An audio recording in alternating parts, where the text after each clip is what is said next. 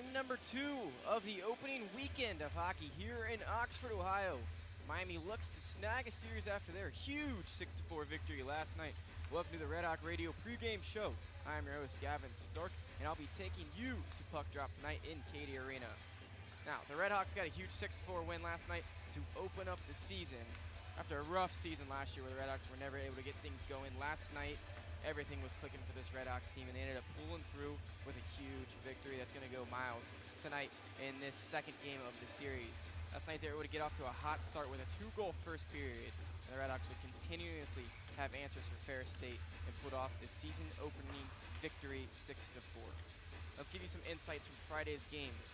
In the first game of the series, Miami came from behind in the third to beat Ferris State 6-4, like I just said, and Mateo Giampa scored twice, including the go-ahead goal in the third period.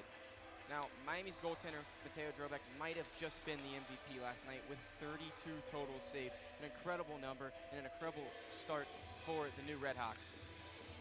Despite trailing after 2 periods, it felt like that was a kind of a story last season. This Red Hawks team was never able to really battle back and consistently get back into games after trailing, after starting off slow in games. Last night, trailing after the first 2 periods, a strong third period was able to be the difference and get them the huge 2-goal victory. I mean, how excited are Red Hawk fans right now about this team? A young team that showed so many flashes last night, and now they get another opportunity tonight to close up a huge opening weekend series against a good Ferris State Bulldogs team. Now, we talked about all the sunshine and rainbows just now. Let's talk about the struggle.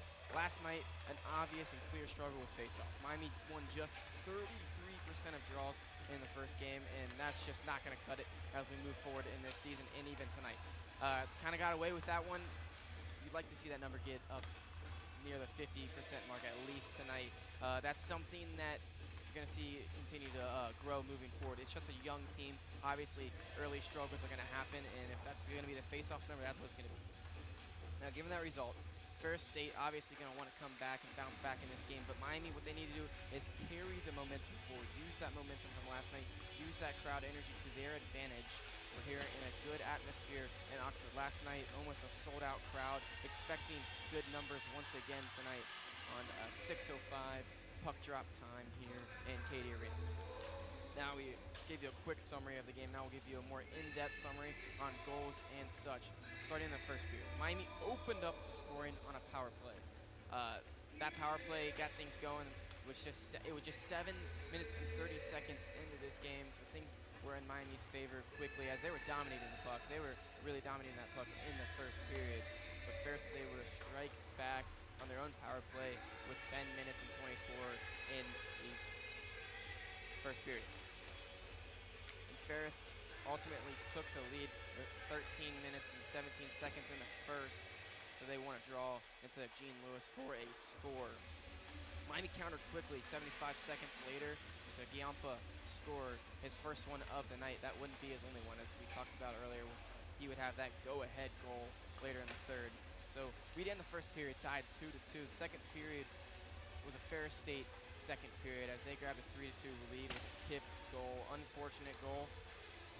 Red Hawks weren't able to get things really going, it felt like, in the second, but they didn't lose much. They didn't lose much ground, as in the third period, Miami was able to tie it 3-3 when Nason scored off a rebound set up by Grimes. Then Miami grabbed a lead 4-3 when Stupkas knocked home a rebound from Fallon in Grimes' play.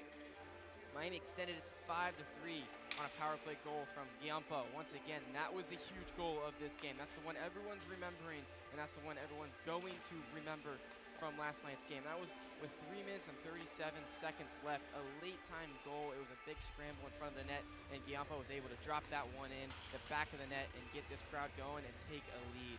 Ferris wouldn't go away, though.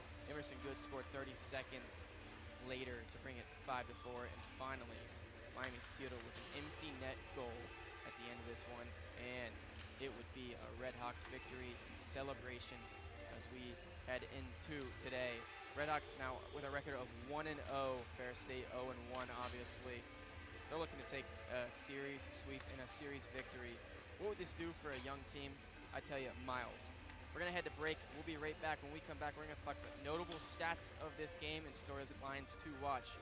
Stay Stick around, don't go anywhere. You're listening to the Red Hawk Radio pregame show.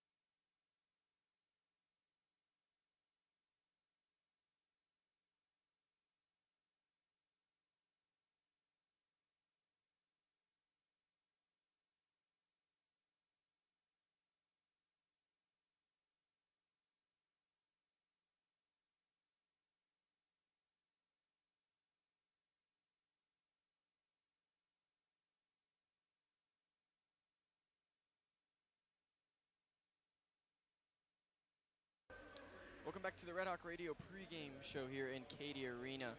Talk about some notable stats now as we head closer to the first puck, just about 20 minutes away from puck drop here in Oxford, Ohio. And you can see the stands starting to fill up and energy rising in the arena. Notable stats, though, is Mateo Giampa. How many times am I going to talk about him in this show? Not enough.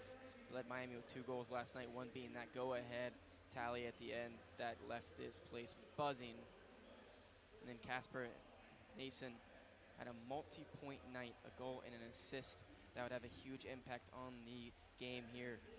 And Miami's goalie, Mateo Drobak, stopped 32 shots. 32, unbelievable.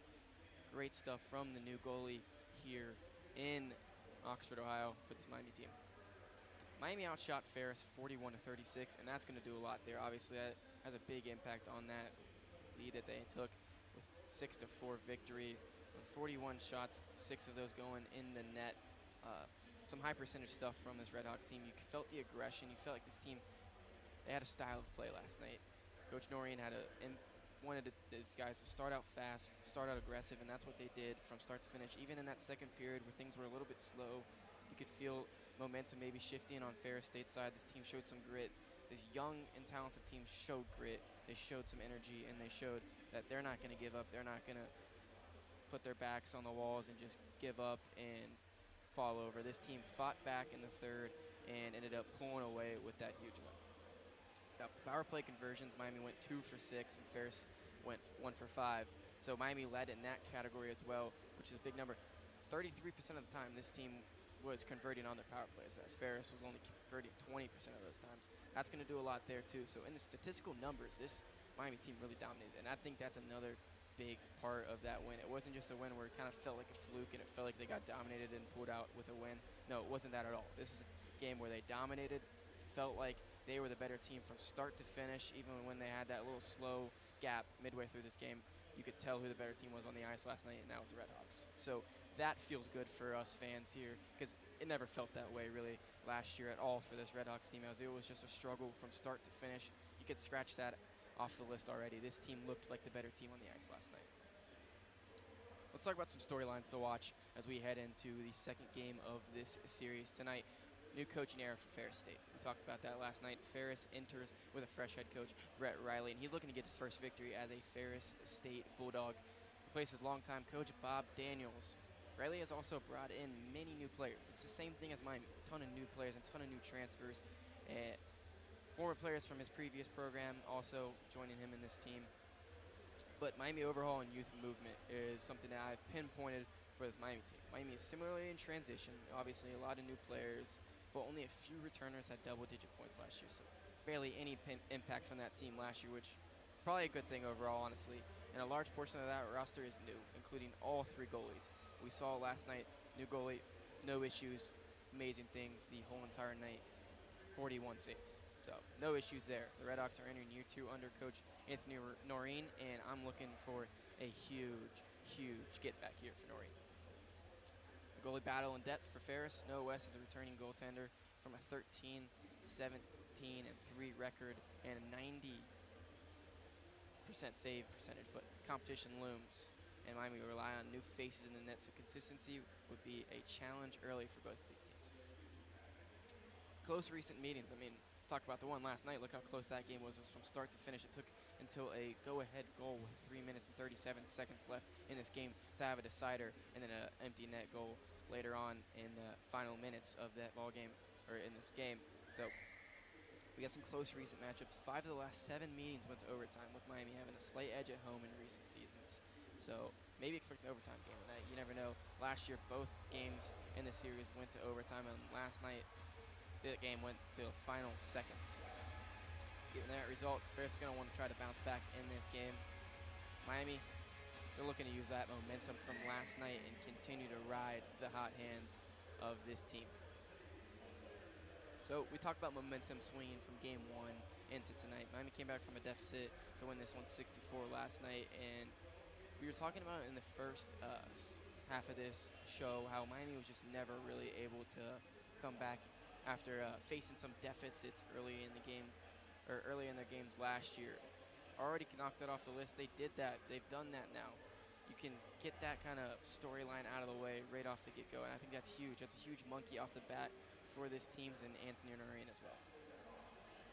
Key performers, already talked about it. Mateo Giampa, Casper Nassen, Michael Quinn, Justin Stuka, and Bradley Walker all had such huge impacts on the game last night, and they're going to need to play their best games again tonight to take this series here in Cady Arena in Oxford, Ohio.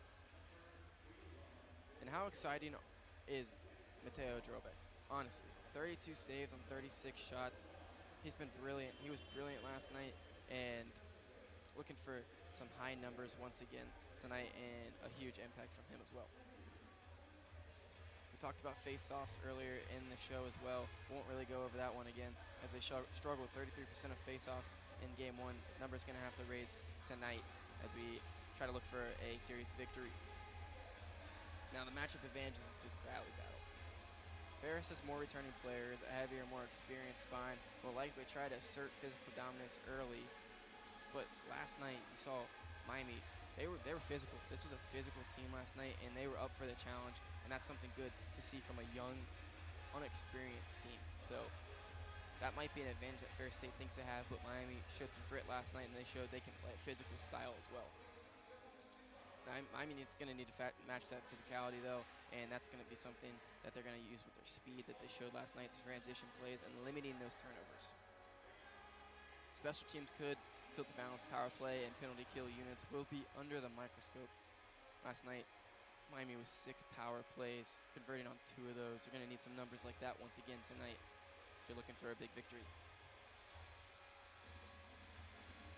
Now, we'll talk about some predictions when we come back. We're going to take a quick break at Cady Arena, and we'll close out this pregame show with some predictions and likely factors that could decide this series here in Oxford, Ohio. Stick around. Don't go anywhere. Pregame show still live when we come back in Oxford, Ohio.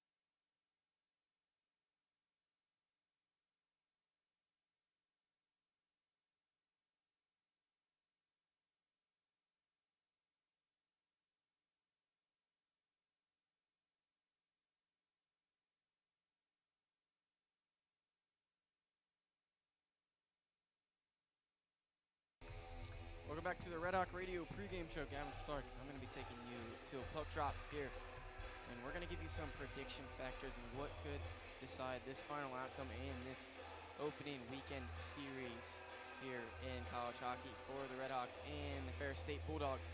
It's team chemistry versus the fresh rosters. Both teams are integrating many new players.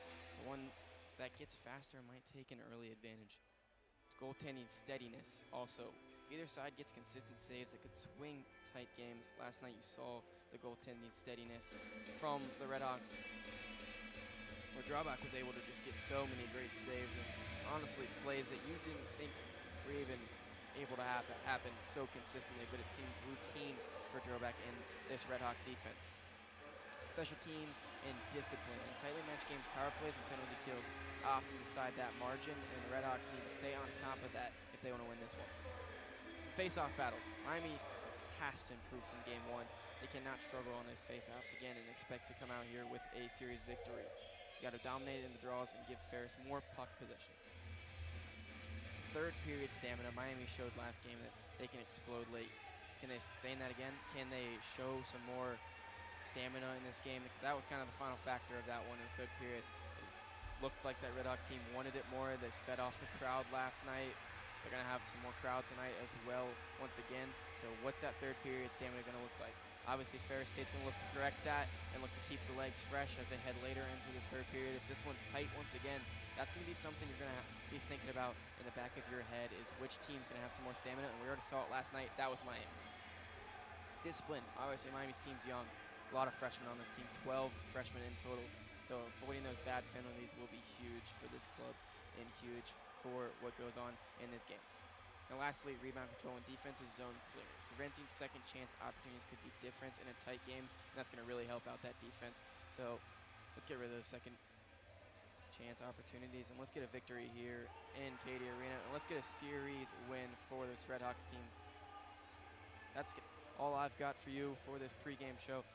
I'm Gavin Stark, and I'll be back with you after the first period ends here in Cady Arena. I'm going to kick it to Jeff and Will for the puck drop here in a moment. Stick around, don't go anywhere. Puck drop coming soon here in Cady Arena.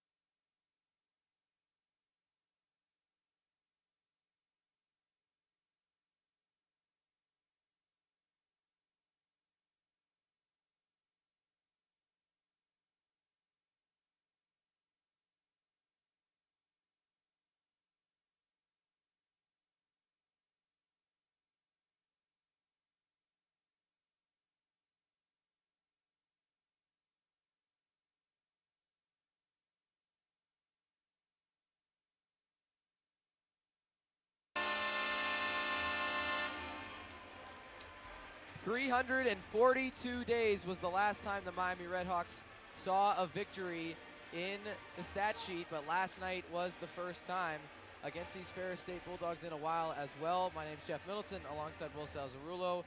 High atop Goggin Ice Center, Steve Coach, Cady Arena. Miami University RedHawks 1-0 after last night's 6-4 victory. And Will, it was an exciting one. Lots of physicality, lots of aggressiveness from both sides. Ferris State dominated the middle period, but really felt like Miami got off to a hot start, and obviously they were down going into the third period 3-2, but really found their footing, scoring 4 goals in that final 20 minutes to take home the victory. Multiple players registering their first career points with the RedHawks after either transferring or coming in as freshmen. 14 different players on the stat sheet. What can they do tonight to recreate that effort? I don't know. In the press conference last night after the game, Noreen said Miami has to stay physical, especially with the Bulldogs, but he wants them to be physical throughout the entire season, no matter who they're playing against, how long it's for. They got to stay physical if they want to, and stay committed, which is what Noreen said last night. Absolutely. This Ferris State team out of the CCHA, an old foe of the Miami RedHawks after they were in the CCHA, moved out in 2013, obviously, to the NCHC where they now reside. And Miami, obviously, last year did not have great results in the NCHC after no conference wins, like we said at the beginning. 342 days between their wins last season, their final win last season, and their win last night. Ferris State starting lineup getting announced as of now. Hobie Hedquist in the net for the Bulldogs. Did not start last night after he was listed as the starter. Instead, it was Noah Ruprecht, and for Miami, it was a lot about testing the goalies last night, and it's going to be pretty much the same tonight. The transfer in from North Dakota, Hedquist Jr. from Heron Lake, Minnesota. Be interesting to see what he does in his first action of 2025-26. We will give it over to public address for the Miami starting lineup and the national anthems, and we will bring you back here for the start of this second game against Miami versus Ferris State. You are listening to Red Hawk Radio, or Miami Hockey on Red Hawk Radio.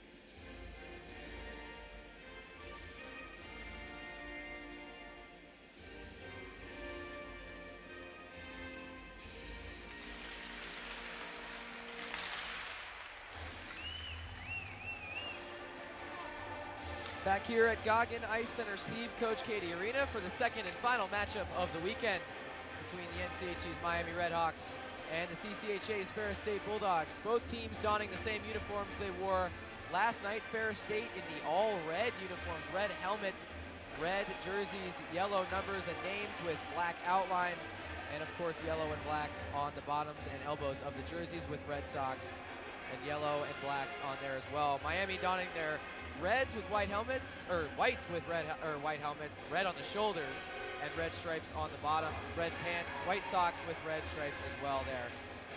Miami moving right to left in this first period. Ferris State moving left to right. One big lineup change after last night for Anthony Noreen's RedHawks. John Emmons slots into the fourth line center spot, taking over for David Deputy, who is week to week with a rib injury, took a big hit last night on the boards right in front of the Ferris State bench, did not return. So Ethan Hayes steps into that second line center spot with Ryan Smith and Max Helgeson, two transfers, Smith from Quinnipiac and Helgeson from Alaska Anchorage. But the first line tonight for Miami is the one they started with last night. Casper Nassen, Justin Stupka in between them, and Doug Grimes, the Boston University transfer, kind of the set the tone line for Anthony Noreen. And the Bulldogs go with Gavin Best, Riley Wallach, and Carter Rappelje to start things off as the puck is down, and we are underway. A tie-up on the initial face-off. Ferris State comes out with possession. It's Valtteri Purinen who goes cross-ice to his partner, Jack Messick. Big hit laid there by Grimes, and Stupka's in on the attack. Early chance for Miami. He scores! Wow, that was quick, within 16 seconds. Just 16 seconds in, the Miami RedHawks strike first. It's the freshman Justin Stupka, who had a goal last night as well.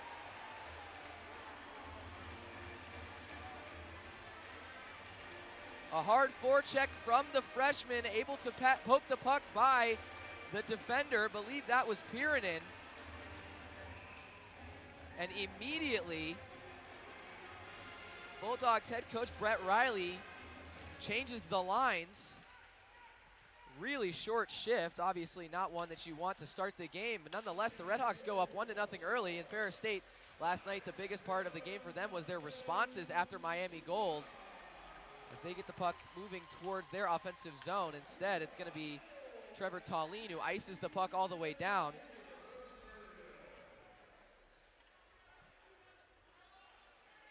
So what a start for Miami.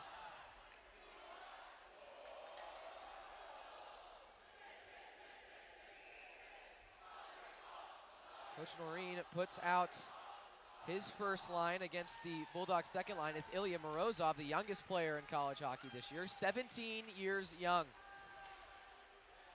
Before he committed to Miami, it was Keaton Verhoff of North Dakota, another NCHC opponent who was the youngest player in college hockey, but Morozov just a couple months older, or younger I should say, than the projected second overall pick in the 2026 NHL draft. And it's Morozov chasing down Logan Haru. Haru gives it off to Lai, who tries to make a diagonal pass through the neutral zone. It ends up bouncing around right to the stick of Holden Dole.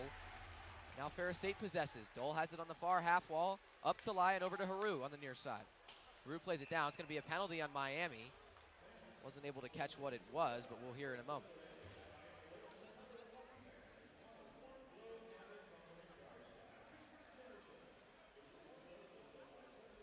It's like Sean McEwen.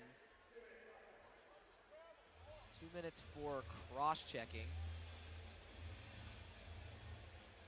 Or roughing, excuse me. So McEwen was penalized last night for a rough, and tonight he enters the box again for the same penalty. And Miami goes to the kill early, 18:39 remaining in this first period. Miami up a goal, 1-0.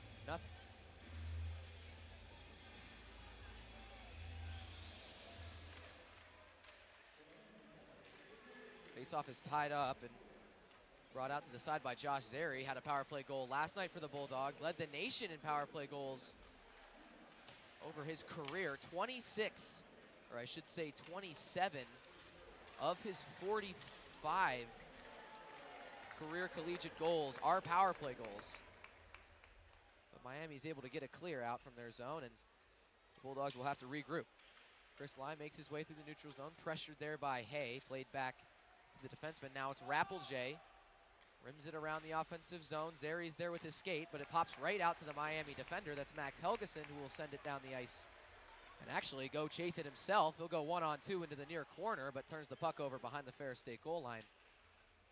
And now it's Riley Wallach who gives it back to Belpedio, who will just stand behind his net for a moment. 1:05 remaining in the power play for Ferris State. Belpedio plays it up the far wing for Max Dukovac, the Miami RedHawk, or the former Miami RedHawk.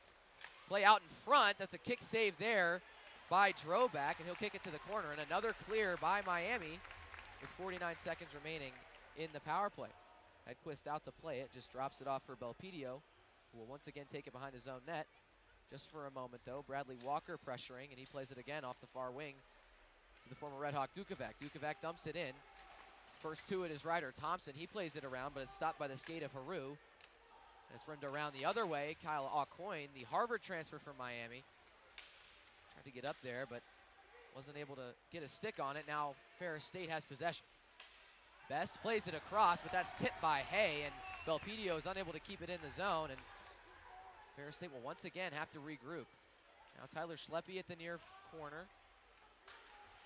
Koshadelic just plays it between his legs. One final clear for Miami. Kyle Aucoin, the one who sends it all the way down. And now Hedquist turns it over behind his net. Passed it to the far wing. Koshadelic was right there to get it, though. Now Morozov plays it out in front. Giampa sitting right there. Puck is ping-ponging around. Ends up in Lukashevich's hands, and that one finds the netting after a deflection by Tanner Rowe of the Bulldogs. I just want to add here, Jeff, that Mateo Droback is the first RedHawk to win his first start since Jordan Oleski in 2018, which is quite a feat, I must say. And 10 RedHawks played their first NCAA game last night. So a bunch of young players, and I'm super excited to see what comes next in this game and later in the season. Yeah, good student crowd last night. Got to see firsthand 21 new names on this Miami roster. Obviously talked about it last night as well. Droback being one of them, 32 saves last night. Also kept Miami in the game in a huge couple of stops later. Ferris State wins it back, but Miami's to the puck first in the offensive zone. Giampa plays it up to Morozov, but it's just a little bit too hard, and that's off the skate. McEwen brings the puck in. And now it's down in the near corner to Morozov, who fires it across the crease, and now it's Michael Phelan. Phelan, the defenseman, pinching in, will just float it off the near wall up to McEwen. McEwen tries to wrap it down the end wall, but unable to do so, but it's back in the possession of Miami in the neutral zone. Koshadelic tries to play it through Wallach's legs, but Wallach gets a skate on it and is able to possess and get it back to his defenseman. Up the far side, the puck hits the dasher, ends up back in the neutral zone. McEwen and Phelan play catch.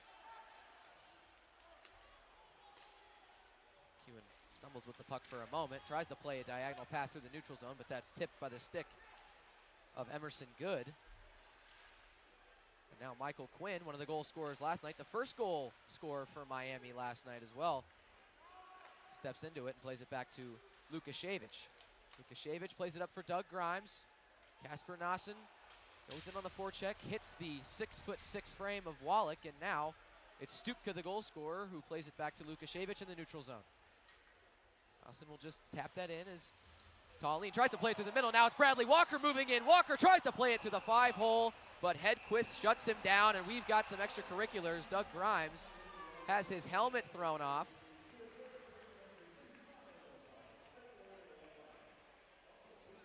And it looks like he's going to go to the box.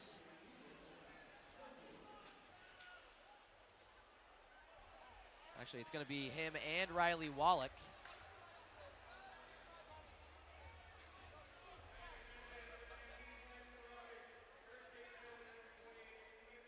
Both roughing penalties for Tallene and Grimes. Tallene still exchanging pleasantries in the penalty box. We saw last night was an extremely chippy game, especially through the middle frame. Ferris State was the better team in that middle frame, and I would argue is because they were playing their kind of game very chippy. Obviously, no lack of skill on this Ferris State Bulldogs team, but there's always been an identity.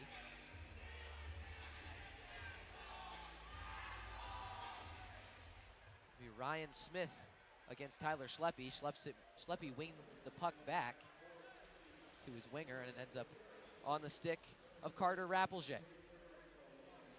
So Rappelger was a big part of the Ferris State penalty kill, can really use his legs. As he plays it back for Logan Haru, the defenseman, and will just possess. We are at 4-on-4.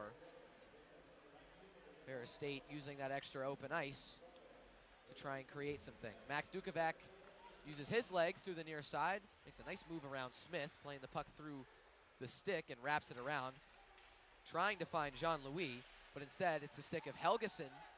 He's able to pick his pocket, nothing doing though in terms of attack, as turned it right back over in the neutral zone. Now it's Jean-Louis, plays it horizontally for Dukovac, and Dukovac will just throw it in as it goes right to a Miami stick of Ethan Hay. Hay flings it up for Delic, but didn't look like he was ready for that pass, as he just kind of had to one-hand chip it in to avoid the icing. And then a turnover from Ferris State. It's Delic in the offensive zone. Delic has some help, but wasn't able to look for it as he was harassed by two different Bulldogs. And he'll just play it down low and around the wall for Ethan Hay. Hay on the far half wall, plays it for McEwen, now to Lukashevich. Shevich fires, but that one's well wide to the blocker side of Hedquist, and that puck rolls around. McEwen able to get one hand to it as Miami comes back in. Lukashevich!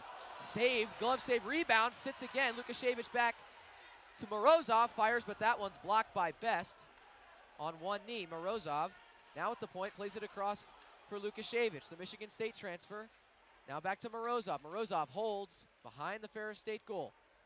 Stick handling once more. Morozov finds center ice, fires, but that one's over the crossbar. Rebound in front, but that one's fanned on by Delic, and Ferris State just trying to mitigate the damage here. We'll play it back to the defenseman and get a line change.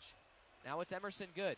Good plays it forward, but that was blocked by the stick of Ryder Thompson. Now Doug Grimes back on the ice. We're back to 5-on-5. Grimes fires, but that one's blocked away by Hedquist. Morozov is crushed. Tried to play it back to Thompson, but Good pickpocketed that one off the wall. And now it's Belpedio. Belpedio down in the corner. He's hit by two different RedHawks. Nassen will just have to chip it out off the wall. And here comes Doug Grimes up the near side. Grimes enters the offensive zone, across the blue line, turns, plays it in front, right to Michael Phelan's stick, but just a little bit out front. Phelan did get a touch on it. It went out of play as we hit our first media timeout of the game. Shots on goal, Miami 4, Ferris State nothing. In the goal department, Justin Stupka's tally has Miami in front 1-0. We will be back after this timeout.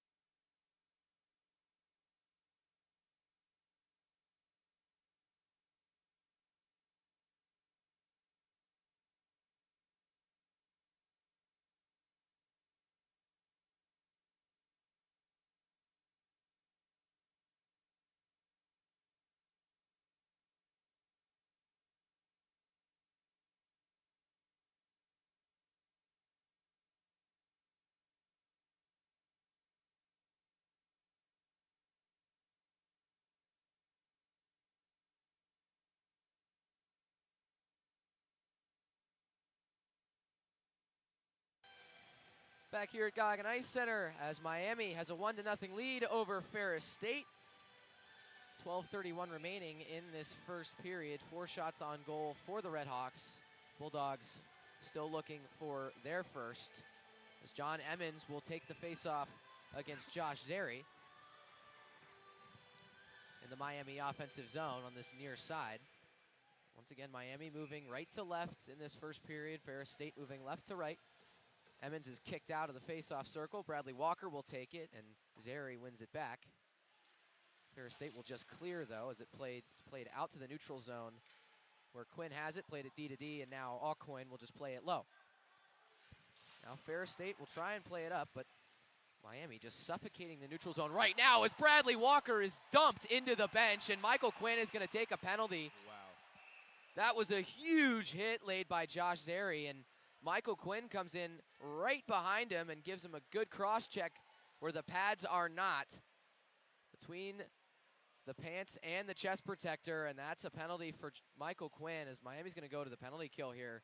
Zary looks shaken up, although he is up to his feet. I think that might be the first time that I've ever seen a Miami player, or any player here, dumped into the bench on a hit. That was an impressive display of strength by Josh Zary. Obviously, Bradley Walker is not a small player, 6'1", 205 pounds, but Zary at 6'1", 200 just used all of his momentum and sent him into the Ferris State bench. So Miami will return to the penalty kill. And you definitely don't want this type of penalty, especially when you're only one goal ahead of the other team. Granted, it's only the first period. You have a lot of time to play, but still not a good thing to have. Miami wins the face-off, and Kyle Aucoin just sends it all the way down, so Ferris State will have to regroup. That first power play for Ferris State wasn't ideal, not really anything set up. Of course, now they get a second crack at it. Last night, lots and lots of penalties, a total of 11 split between both teams. Miami with 6 power plays, and Ferris State with 5. Miami went 2 for 6 last night. Ferris State, went 1 for 5. Miami cleared once again, and Ferris State comes through the neutral zone. Rappelje plays it horizontally to Wallach on the near side, and Ferris State plays it out to the front where Lai is there. Lai to Wallach, fires, but that one's blocked by the knee of Thompson, and it was there for a rebound for Rappelje, but Droback had his leg stuck out, so a good save there, and now the puck is tied up in the corner and spits out to Max Helgeson, who will just send it all the way down to Hobie Hedquist in the Ferris State net. 50 seconds remaining on the Quinn penalty for cross-checking. Nick Belpedio plays it to the near side for Jack Messick. Messick will just throw it in. And once again, a tie-up ensues in the far corner. Miami comes out with the puck. It's Bradley Walker. But it's quickly turned over, and now it's Messick on the near side for Ferris State. Plays it down low, quick 1-2 pass, as that one ends up on the stick of Tyler Schleppe in front, and he fans on the pass, and we're going to get a stoppage here for a hand pass by Ferris State. But a really nice play between Schleppe, Dukovac, and Messick. A little tic-tac-toe in front, and fortunately Schleppe fanned on it. Otherwise, that could have been a really, really nice chance.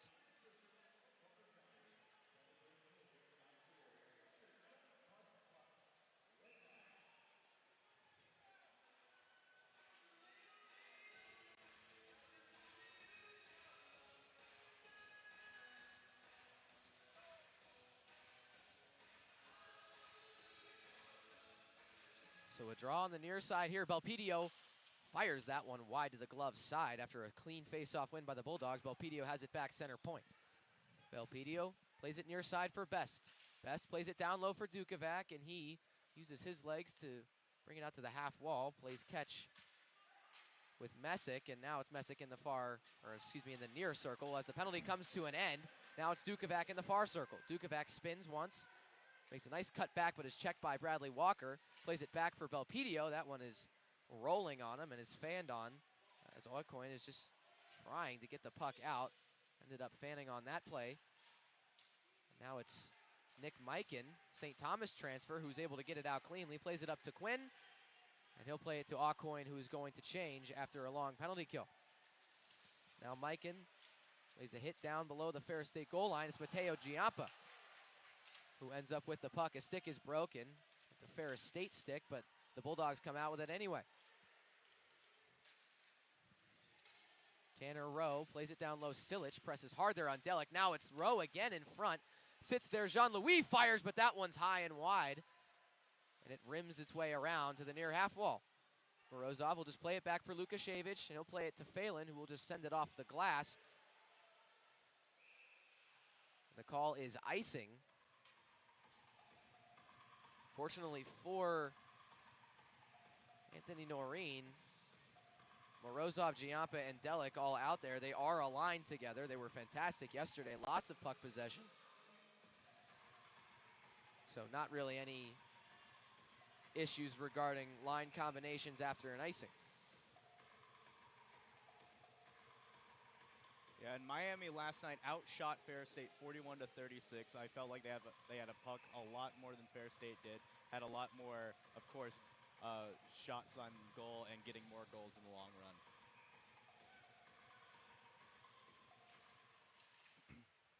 Morozov wins the faceoff forward and will just send it down as Giampa will chase Jean-Louis using his legs. Now it's Delic pressuring, but Jean-Louis will just dump it back to the defenseman Haru, and Haru will bring it up and pass it right back to him on the near side. Drobak out to play it. Makes a dangerous pass to the corner, thinking Helgeson was there, but instead it was a Ferris State player. It was Josh Zeri, who was kind of waiting for that to come to him. Luckily for Miami, nothing came out of it. Now Ethan Hay across the blue line.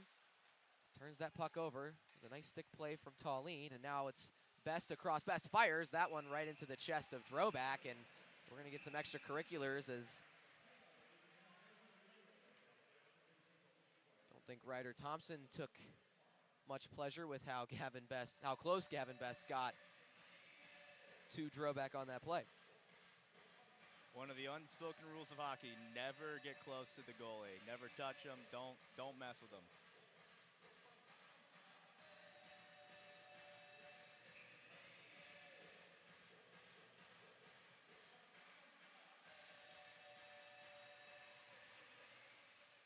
Ferris State wins that faceoff back, but it ends up going out of the zone, where Chris Lai is there to take it, and he'll just fire it in. Drobak stops it. Lukashevich is there first, but Ferris State ends up with it back on their stick. And a quick turnover created along the wall. Casper Nassen will just send it in, and Doug Grimes is there to chase against Trevor Tallene. Tallene rims it around the boards as there's a turnover by Rappelche. It's Grimes now. Grimes will just play it low for Stupka. Stupka spins on the half wall. Stupka stick handles, moves behind the Ferris State net, turns and fires, but that one's right into the skate of Riley Wallach. And is sent back out to neutral ice. Now it's Stupka once again. Looked really strong in his first game and is the only player with a goal tonight. 1-0 Miami is our score. 7:32 left in this first period. Miami has not had a shot in a long while. Shots were 4-0, and now it's 4-3. Still in favor of the RedHawks. Now it's Dukovac on the far wall. Play out in front. Spinning pass. Dukovac has it once again in the slot for Ferris State in the offensive zone, and he's going to use his legs to spin in the near corner. Tries to play it back to the defenseman Messick, who ends up getting it anyway. Messick fires, but that one is right into the glove of Drobak.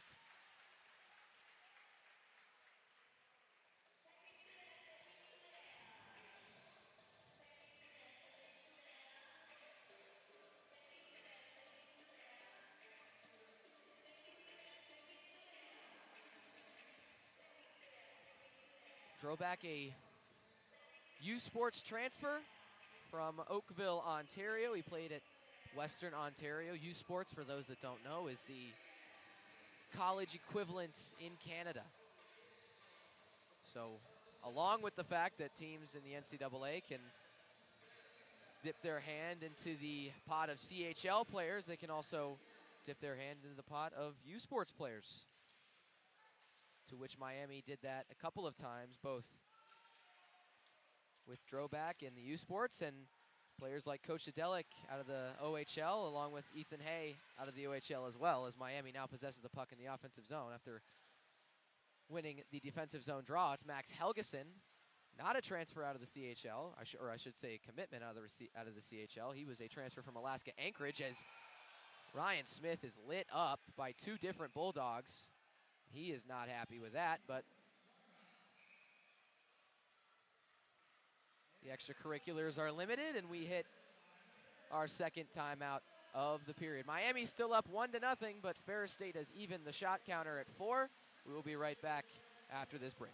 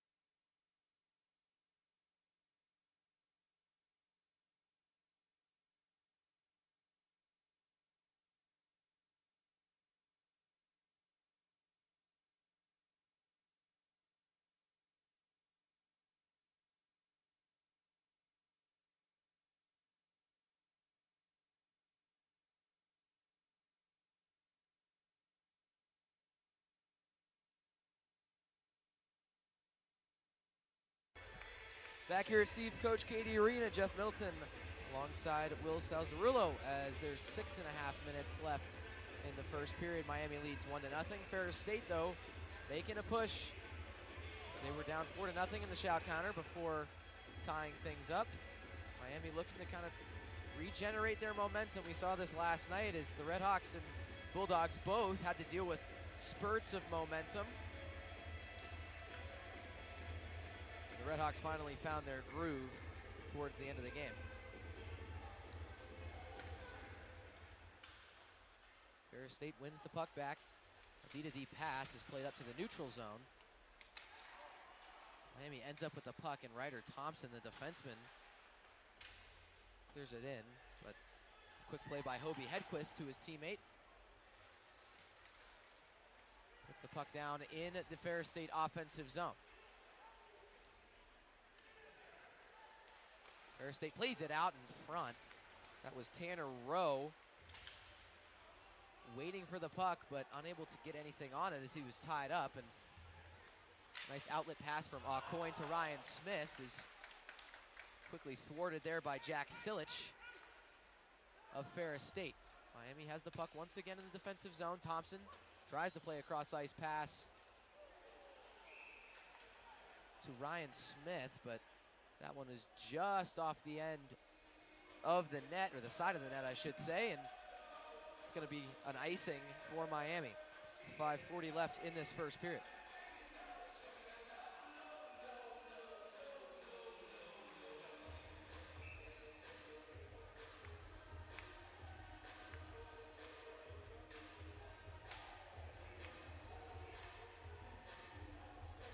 So it'll be Ilya Morozov to take the face-off against Tanner Rowe. Rowe, a former player at Michigan. 46 career games played, but not a lot to show for it on the score sheet. Had an assist last night, though, so did make his mark. Morozov also had an assist, his first collegiate point. Also had a penalty, so he's kind of all around the score sheet in his first career game, as Tanner Rowe now has the puck and plays it, tries to play it, I should say, up to the center point, and it was just out of the reach of Chris Lai. Ferris State will have to regroup. That's the first line for Miami out there. It's Delic, Giampa, and Morozov, along with Lukashevich and Quinn as Ferris State moves offside.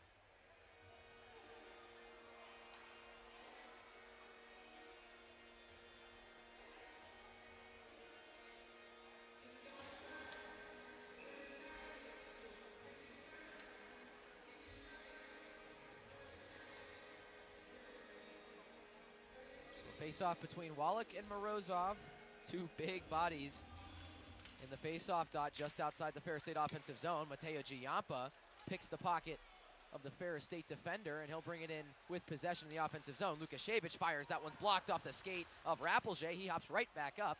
Lukashevich checks him into the board, sends him flying. And And Michael Quinn makes sure to clear that puck out. Jack Messick for Ferris State will bring it in and just play it low. Quinn there first for the RedHawks, has a little bit of time before being pressured by Max Dukovac, and there's going to be a penalty here. Big cross check from Nick Belpedio. Yeah, big hit, and he's up. And Miami is going to go to the power play here with 4:47 remaining. Maybe a chance to get some momentum back after it's felt like Ferris State has been able to play their game for the last 12 minutes or so. Yeah, and like you said, Will, thankfully hopped right back up along the wall. Giuliano was also the first star of last night's game, having 2 goals on the score sheet. His first one was a result of a fantastic 150-foot stretch pass from Vlad Lukashevich, who's out there right now for the second power play unit. The second one was the game winner, a rebound out in front that he just deposited in the back of the net. One of the interesting things here about Goggin Ice Center, especially now that we're starting games on Saturdays at 6:05, is we're going to get a challenge here from Miami for a potential major. Saw this last night, but a little later in the game.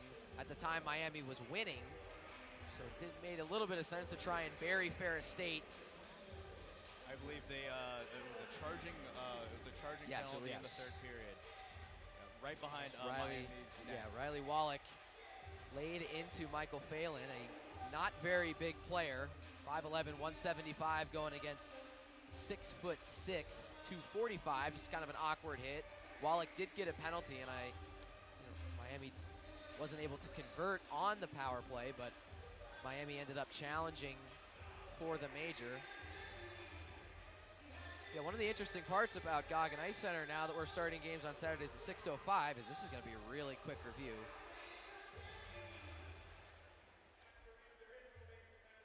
So no major penalty on the play. Miami does lose their timeout as a result. An interesting challenge from Coach Noreen. Oh, the fans are hating that call. Curious to know what the thought process was behind that. I'm sure we'll find out post-game, but before that, there's still 44 minutes and 47 seconds remaining in this game, in regulation. So we still got quite a while to find out what's right. So Ethan Hay is going to take the draw for Miami against Tyler Schleppe. It'll be interesting to see, like we were saying, Miami, Goggin Ice Center has these windows at the end of the rink. And when you play games in the evening, there is sun that does shine on the ice and where currently Ryan Smith is lined up on the face-off circle. So it'll be interesting to see if once Miami begins their power play, how that might affect any play, if it does at all. It's just an interesting observation as Miami does win the face-off. Michael Quinn fires. He almost scores just a little bit out of the way. Ethan Hay with a great deflection in front, just barely outside of the post. Miami regains possession. Lukashevich plays middle for Ryan Smith. Puck is loose out front, but the play is blown dead. Whoa. Honestly, fortunately for Miami, is Ryan Smith and Ethan Hay both go down in a heap. 2 Ferris State players. I believe that was Tyler Schleppe, and not sure who that was in the corner. Actually, it's Logan Haru. I think if the penalty does get, I think one of them's got to be tripping. It looked like he took a stick, tripped the Miami player with it. Not sure there's going to be a penalty called here. I mean, the whistle was blown.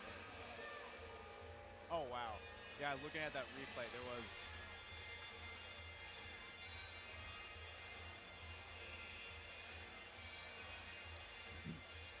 So it kind of looked like Ryan Smith did that to himself after watching the replay. Yeah, it does look like he just ran into him. But then in front, Ethan Hay did get dumped by Schleppe, so obviously no reason to call a penalty there. It looked a little bit worse, didn't catch the slight little elbow from Smith behind the net, but regardless, Miami loses the faceoff, but Morozov's there first and trying to create something. They were able to have a little bit of possession after that first draw, and now there's a tie-up 3-on-2 battle in the corner. Grimes comes out with it and plays it around to the far half wall for Kosha-Delic. Grimes now has it center point, up to Thompson, now to Delic on the far side. Delic fires, but once again blocked by Ferris State. Seen a couple of those chances blocked by Ferris State players. Obviously an emphasis for head coach Brett Riley in his first season at the helm of the Bulldogs. And now it's Delic across the blue line. Morozov up to Thompson. Thompson plays it to Giampa. Giampa moves near side into the face-off circle. Now down below the goal line. Giampa holds, tries to play it out front for Grimes. Instead, Grimes will have to go retrieve along the half wall. And he'll just end up taking it out to neutral ice. Didn't really have any space to work. And he'll play it back for Ryder Thompson. Ryder Thompson gives and goes with Grimes. Grimes makes a nice stick move. Ends up working around Tallene. Tallene loses his stick, but that puck ends up in the netting. With 3:21 remaining in the first period, Miami's still up 1-0. 35 seconds remaining on the power play.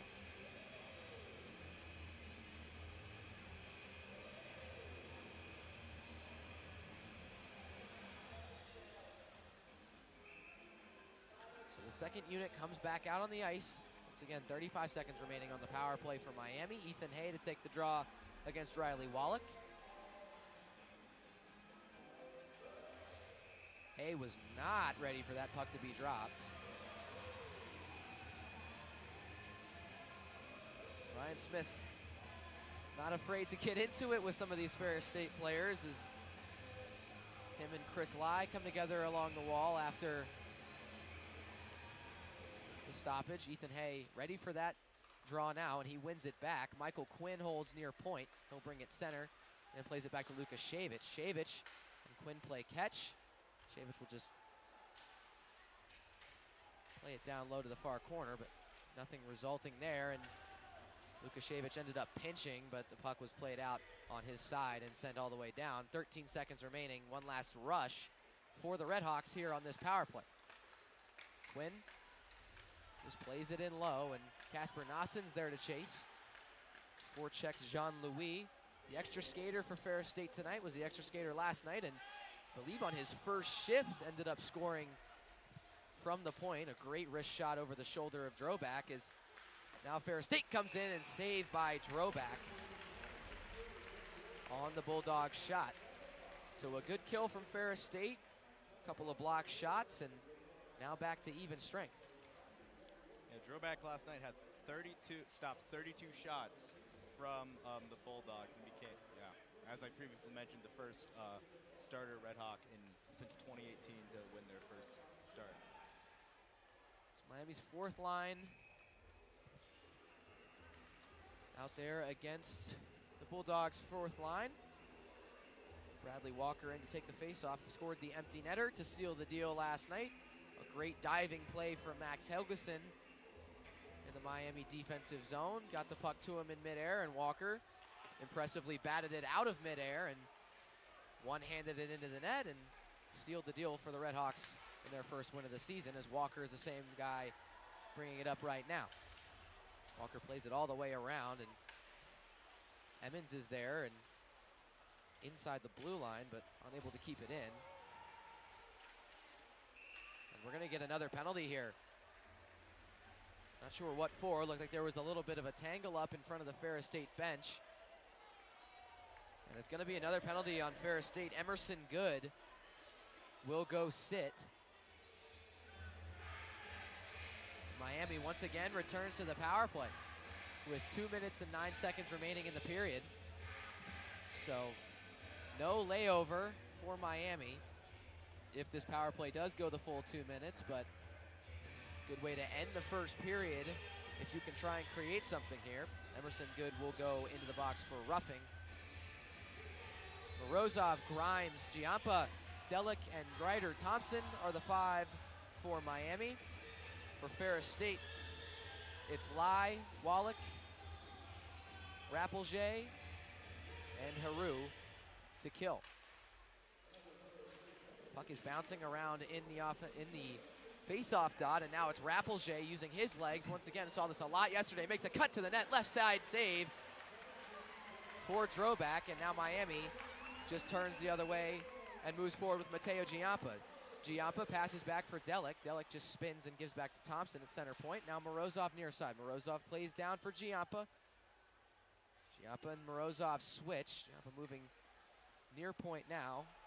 Unable to connect cleanly with Grimes. Grimes plays it out in front, but turns the puck over, and Ferris State's able to send it all the way down. Now Miami goes for a change of their unit. 1:14 remaining on this penalty against Emerson Good for roughing. Miami on the power play. Smith for Miami holds in his own zone and now moves it forward through the neutral zone across the center M. Plays it horizontally for Nassen, actually bounces it back right to himself. And now he plays it low for Nassen, who kicks it to his stick. Plays it up for Quinn, and Quinn loses it as it was a bouncing puck, and now Tyler Schleppe out-battles Quinn, uses the puck, and moves in. A really great play by Lukashevich, though, as he came in from the other side of the ice and used his stick to send the puck to the corner as Quinn turns the puck over to Schleppe. Tried to drop it back for Ethan Hay, who I guess he thought was closer than actually was. 42 seconds remaining in this first period and 31 remaining in this Miami power play. Quinn holds across the center M, gives it off for Nassen, 2 returners on the same unit.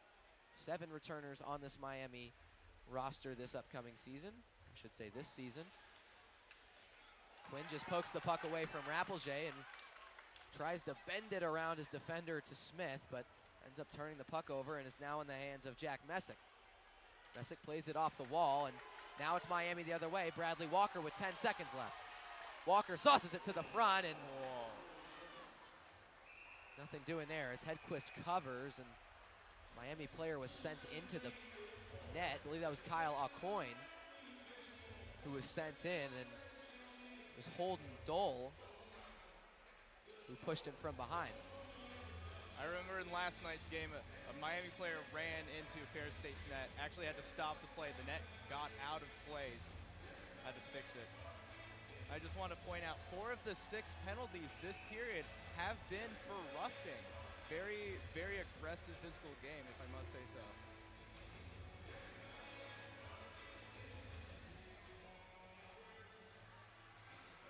So 7.2 seconds left. It's going to be the 4th line for Miami. Walker is promptly removed from the faceoff circle after going early. These NCHC linesmen are not very lenient when it comes to that or icing. Emmons unable to win the faceoff cleanly. His stick is tied up. Puck is moving around and goes below the Ferris State goal, and that'll bring the period to an end as we're going to get some extracurriculars here once again.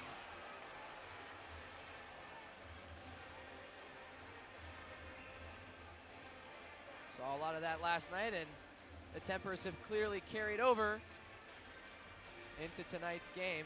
So at the end of the first period, Miami starts hot once again, but also ends up kind of giving a little bit of leeway to Ferris State, and didn't look as strong or as connected as they did in the first 5 to 7 minutes. Obviously for Miami, a huge first goal by Justin Stupka, 16 seconds in, makes all the difference in this period as Ferris State goes in the locker room with the shots lead, but not the lead on the scoreboard. Yeah, absolutely. It was a very tough first period. A lot of going back and forth between Miami and Ferris's sides. I feel like this game is pretty close, and I just can't wait to see what happens. Should be an interesting middle frame. Remember last night, Ferris State maybe didn't dominate the middle frame, but certainly the better of the 2 teams. Kind of felt like they were able to get their legs under them and create some chances of their own, and obviously scored the only goal of the middle frame last night before Miami came back with 4 of their own. So we will head to break. In the intermission report, Gavin Stark has everything you need to know. We will be right back with you soon for the second period. You're listening to Miami Hockey on Red Hawk Radio.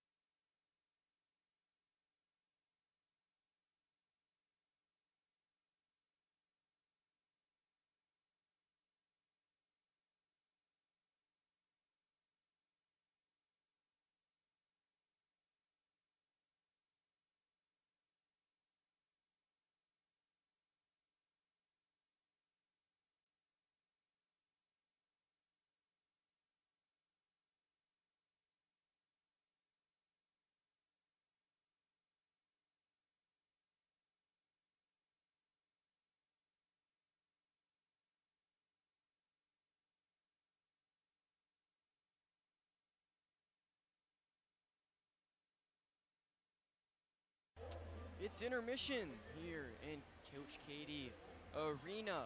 RedHawks take a early 1-0 lead after the first period.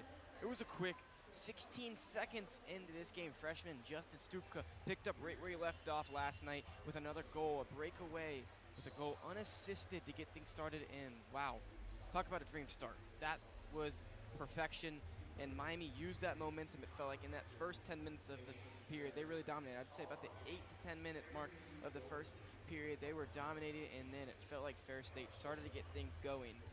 But at first, Miami making those good defensive stops early to control the game. Grimes and Tullian both sent to the box for roughing as the chippiness carries over from last night. We'll talk about some more chippiness later on during this intermission break. It's been chippy since Friday at 7:05 until Saturday now at 6:50 p.m. Chippiness has not stopped. It's carried over into this one. This is obviously a Ferris State team that, that's how they play. That's their identity. They're a little rough, they're a little physical, and they're bringing that to Oxford, Ohio. But so are the RedHawks. This RedHawk team is showing that they can be aggressive, they can be a little chippy, and at times they can be the physical team as well. Let Miami dominating early with 4 shots on goal to none for Ferris. Things would change quickly. Now we look at it at the end of this first intermission. Ferris State 7 shots on goal, as Miami has 6 shots on goal. So they take that lead in that compartment, but RedHawks obviously have the outright lead 1-0. A scoreless first period for the RedHawk defense, just the start they were looking for. Defense looks like they're really clicking. A lot of good saves once again from Mateo Drobak. He's picked up right where he left off, not let anything really even close. Ferris State obviously with some good opportunities in this one so far, but it feels like Drobak's just locked down, and that defense is making some really good pokes and making some really good efforts to keep Ferris State even out of sniffing the back net of this game so far. This defense needs to just continue to carry that over, and things are going to look just like this, a Miami RedHawk lead continuously. But Quinn cross-checked Zary at one point, and he dumped him into the bench. A crazy altercation. That's really where things started flying. That's where sparks started going, and it felt like the chippiness really rised from that one, and then so on. But Miami was really showing some more physicality early in this one. That's the tone they wanted to set. They got that early goal from Stupka 16 seconds in, and it felt like physicality was next on the agenda. Got the goal, now they were bringing some physicality, and that's exactly what they were doing. Ferris State was starting to make a push. As I said, they tied it up with 4 shots on goal at one point, and after that, they had the lead on shots on goals all the way until now, still leading that one in that category. Belpedo delivers big hit that resulted in a penalty, power play opportunity for Miami. Then a penalty rate after that power play ended on Emerson Good for roughing, and it was another power play opportunity for Miami. And felt like Miami just couldn't take advantage of that. Feels like Miami kind of let that one slip right through the cracks, and they just weren't able to take advantage of those power plays early on. They were given opportunities, but they weren't taking advantage of those opportunities. There was some sloppiness on the offensive end of controlling just the puck in general, some sloppy passes that led to just turning over the puck and giving Ferris State ultimately some great opportunities on the other end of the ice. So Ferris State was able to get out scotch-free with those 2 power plays late in the first period. The first one came, that first power play in the 2 in a row came in the 4-minute 57 mark, and then that next one followed right up at the 2-minute mark and lasted all the way up until 7 seconds left in the first. And then you talk about at the end of the first period, there was some real chippiness behind the goal. Everyone on the ice was just grabbing all each other. Nothing crazy happened, but it was a crazy way to end the first period. Extracurriculars have been sparking the entire game. Chippiness continuing to arise. Continue to just look for that as we head closer and closer to the finish line of this series. The chippiness not stopping anytime soon. In case you're wondering about how those Miami RedHawks are doing on the football field right now, they lead Northern Illinois University on the road right now, 25-14 with 1 minute and 10 left to go in the 4th quarter. So it looks like the RedHawks are closing out a victory on the football end. Now it's the RedHawks on the ice looking to do the same thing and looking for a good weekend of sports here in Oxford, Ohio. A big opportunity awaits for this RedHawk team. They lead 1-0 right now at the end of the first. We'll be back. We're taking a little bit of a break. Stick around. Don't go anywhere. Coverage of first intermission still here to come.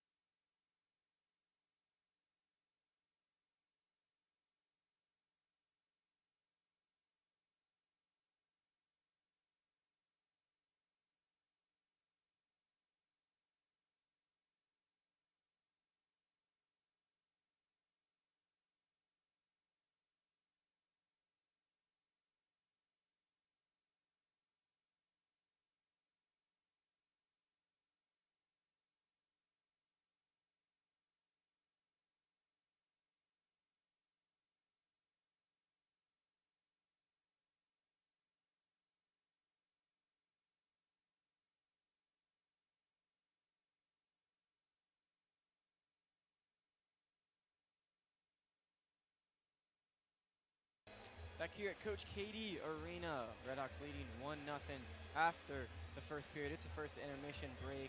I'm Gavin Stark talking to you about this RedHawks hockey game here on Saturday night in Oxford, Ohio. RedHawks looking to close out a series victory and a series sweep, getting their second one of the weekend. All things leading towards that as they take an early lead, 1-0 here.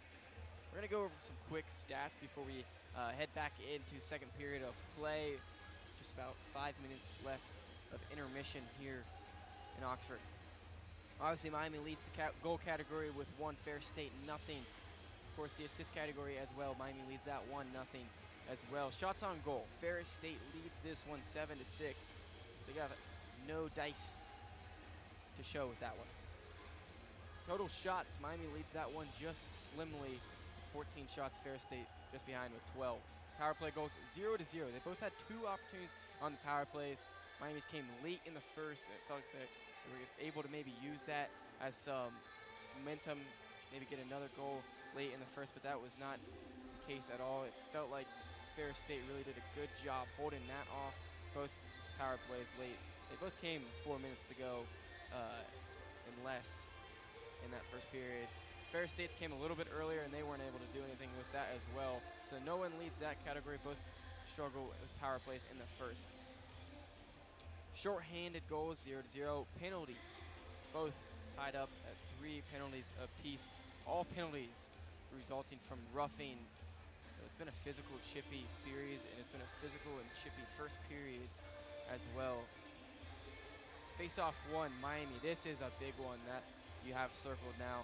Miami's won 10, Ferris State just leads with 11, but last night, Ferris State was dominating this category, just flat out dominating it, controlling the face-offs, and it felt like Miami really needed some help with that. But they ended up doing pretty well, competing with 10 face-off wins, 10 out of 21, and not too bad for Miami, not too bad after getting dominated in that yesterday, only losing by 1 in that category right now, so much improvement from last night.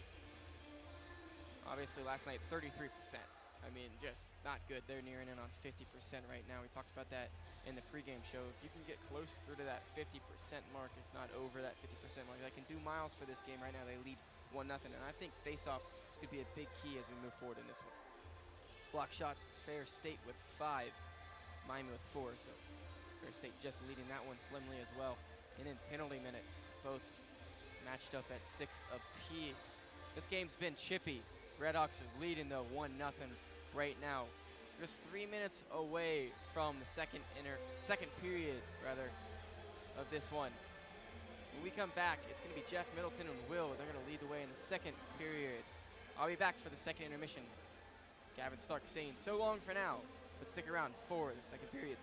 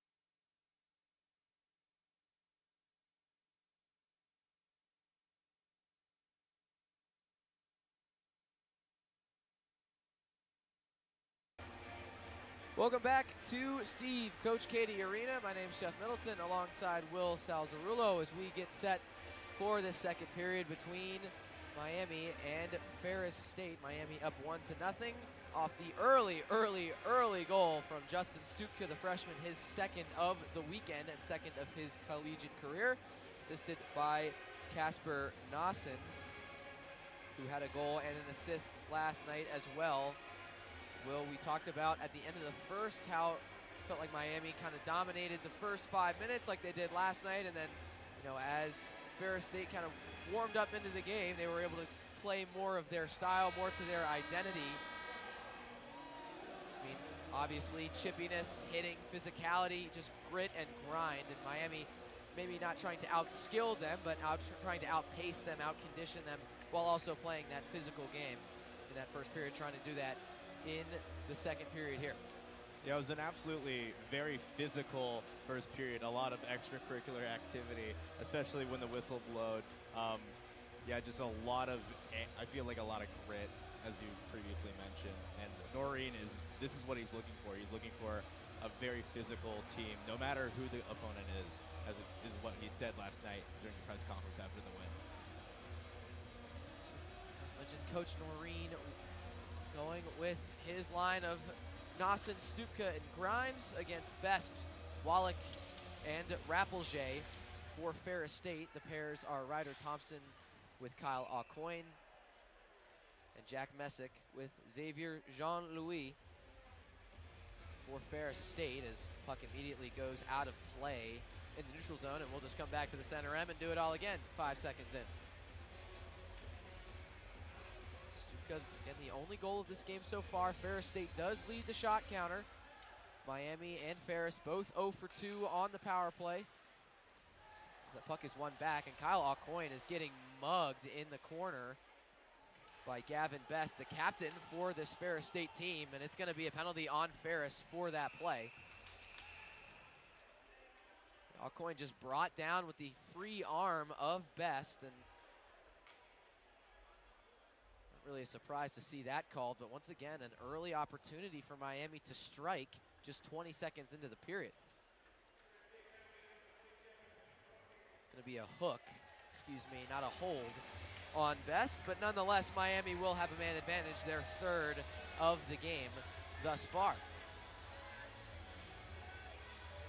Especially when you're this early in the second period and you're down by 1. You do not want a penalty this early on in the second, especially when they're right next to your goalie. This will be the first unit for Anthony Noreen and assistant coach Troy Thibodeau, who runs the power play for these RedHawks. Anthony Noreen complimented Thibodeau's ability, as he usually does in the post-game press conferences. Loved what he saw from the power play yesterday, as did we here on Red Hawk Radio. Very impressed after Miami finished last season with a abysmal 17% hit rate on the man advantage. Ferris State won that back after the center was kicked out of the faceoff dot. We saw this last night. Xavier Jean-Louis, the defenseman, stepped in to take the faceoff and ended up winning it back against Ilya Morozov, and it's Morozov who has the puck now on the far half wall in Miami's offensive zone. Now Mateo Giampa plays center for Ryder Thompson, who fires right into the body of Tyler Schleppe. And Schleppe just sends it all the way down. Once again, a blocked shot for Ferris State. They have 6 on the game, Miami with 4. As Miami carries it the other way. Miami moving left to right in this second period. Ferris State moving right to left as Doug Grimes collects in the near corner, but the puck is deflected out of play on the attempted rim around. And Miami will get an offensive zone draw out of it. Second unit on for the RedHawks with 1:09 remaining on this power play. Face off in the near side circle. Ethan Hay to take it for Miami against Ferris State's Riley Wallach. Wallach wins it back clean, but right to the goaltender Hedquist, and Hedquist will just cover it immediately as Ryan Smith was swooping in, and we'll do it again.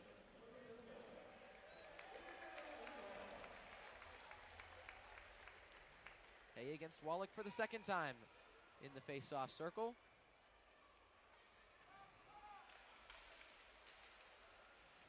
Puck is batted around in front. Michael Quinn is going to try and step into it, but Wallach's long reach, 6'6" frame, got to the puck first, but wasn't able to get it to a teammate, as now it's 3-on-2 in the corner for Miami. Ethan Hay doesn't know where the puck is, and that's right behind him, and now it's rimmed around to Vladislav Lukashevich on the near half wall. Lukashevich plays it middle for Smith. That one's blocked again by Ferris State and sent out. So another block for Ferris State on a key penalty kill here. Quinn is just going to play it up the wall for Lukashevich, who dumps it off for Smith, and he moves across the Miami blue line. Smith backhands it to the corner for Nosson, but unable to connect. Ethan Hay plays it out in front. Puck is loose, sits on the back of the net, and ends up in the possession of Jean-Louis. Quick play from Nosson between his legs, tries to find the stick of Smith, but once again unable to connect, just a little bit too far back, or a little too far forward, I should say, on the pass. And with that, the Miami power play is going to be killed off by Ferris State as Gavin Best is out of the box, and we are back at 5-on-5. Nosson is going to go for a change, just sitting behind the Miami net. Leaves it off for Michael Phelan. Phelan plays it up the wall for Emmons, and Emmons turns the puck immediately over to Zari.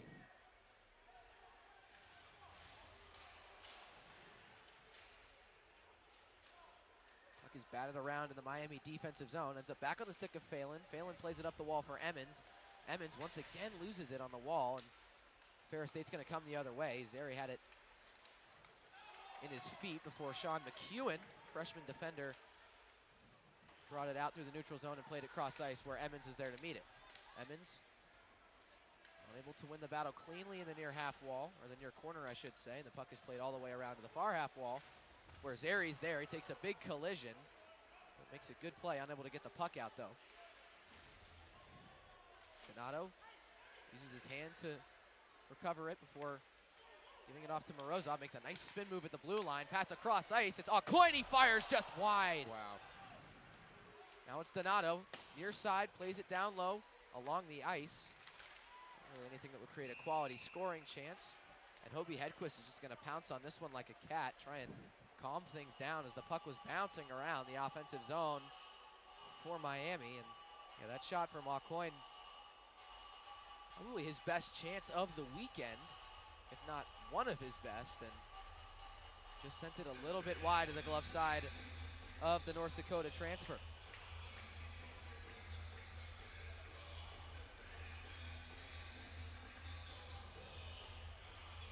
So an offensive zone draw for the RedHawks. It's going to be Miami. It's going to be their first line against Ferris State's second of McGrath, Schleppe, and Dukovac. Rozov loses the face-off, but Giampa's there to try and pressure Tallene, the defenseman, who's pinching in, and now it's Schleppe. Schleppe fires just wide of the blocker side of Droback, and now the puck skirts out. Is Kosha Delic in on a breakaway? Delic makes a shot, but that one's right in the glove of Hedquist, who was anticipating a move, but instead Delic just tried the quick little chip shot, and Hedquist had the glove there ready. I personally was anticipating a move there. Fooled me from all the way up here. Yeah, it was really quick, great hand-eye coordination right there. And a good save from Hedquist to keep this a one-goal game. As that puck just kind of bounced in the neutral zone and had a fortunate bounce off the boards. Delic was there, already moving. That momentum helped him get by the defender, and Miami wins the offensive zone draw. One-timer fired by Casper Nossen. We know what kind of shot he has. Saw it last night, and Hedquist makes the stop again. Casper Nossen last night, second star of the game, 1 goal and 1 assist. Just a great overall play from him last night, and I think he's bringing it into tonight as well. Nossen, lots of compliments from Anthony Noreen about his spring and his summer and just kind of the work that he put in to make sure that he wasn't just a power play guy, that he could be someone who's really effective at 5-on-5. We've seen it, it's just a lot more confident decision making, really, really strong mover of the puck, and the skating has certainly gotten better as Grimes moves in. That's a right pad save by Hedquist. Michael Quinn keeps it at the line with the hand. Quinn will play it down low off the end wall purposefully. Nossen's there to retrieve. Nossen pinned there by Jean-Louis. His legs come out from under him, and not before Ferris State can send it all the way down the other way. Quinn rims it from his own zone all the way around to center ice, where Grimes is there to meet it. He'll just dump it in and go for a change. And now Ferris State comes the other way. It's Jack Silich, who's hit there by Michael Phelan, and Silich lays a hit of his own on Sean McEwen as Casper Nossen just backhand sauces a puck to Ryan Smith, who is moving up through the neutral zone, and puck just kind of bouncing around right now. Now Sean McEwen up the near side. McEwen makes a move around one, dumps it around, right to the stick of Max Helgeson. Helgeson makes a nice move, fires that one right into the chest of Hedquist. A quick shot there, tried to go far side from the goal line, but nothing doing as Hedquist, 6'2", 195-pound goaltender, is right there to meet him. And this line, once again, is being centered by Ethan Hay, who was the fourth-line center last night before ended up double shifting as David Deputy went down in the first period, was checked hard against the Ferris State bench, and went straight to the locker room, is officially week to week with a rib injury, which is really unfortunate. Obviously his first collegiate game, a Clark Cup champion with the Muskegon Lumberjacks, of the USHL. Shika Gadziev, another guy who is not dressed tonight for Miami, a goaltender. Usually, you dress 3 goalies, especially at home, but tonight there's only 2. It's Mateo Droback in the crease currently, and Benji Motu, the freshman out of the Null, as that one's fired by Smith just high, and he's not happy that he missed the net there as he slams his stick on the ice. Yeah, Shika Gadziev, the Slovakian and Russian, was really the key to Muskegon's run in the Clark Cup playoffs last year and why they won the whole thing. Deputy obviously played his part as well as one of the top scorers in the USHL, but not sure if there's no injury. Believe it's due to eligibility issues. Not sure what the exact cause is, but Gadziev been practicing, he's been going to classes and everything, but hopefully they can get that figured out soon, because He has looked really strong in practices, and obviously, if you've talked to Shika or if you've been around him, he's a ball of energy, and anybody that knows him knows he wants to be on the ice whenever he can and play games. So naturally hope he gets that all figured out and he can be in the Miami net soon. But nonetheless, Mateo Drobak has stepped in and done a phenomenal job so far. And for Anthony Noreen, there's no clear number one. He said that last year a lot, and it kind of became a cliche for this coaching staff. But for a team with a fresh slate, if a player can, or if a goaltender can really prove themselves early, there's no reason why they won't get more chances in the Miami net. Nonetheless, 13:45 remaining in the second period. Ferris State will just dump it in. It's Holden Dole on the chase. Ryder Thompson will play it around, looking for his defense partner, who was actually over with him. That was Kyle Aucoin, who was looking for. Now Ferris State has it, fires that one, shoulder saved by Drobak, and we're going to get a penalty on Miami here.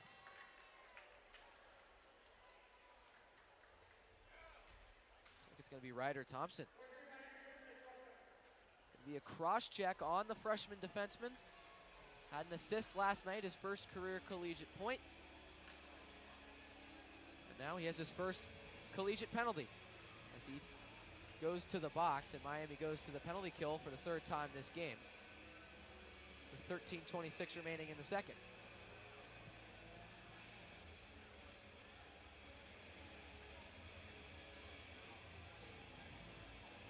And Max Helgeson for Miami loses the draw. It's a shot immediately off the draw, is blocked by Lukashevich.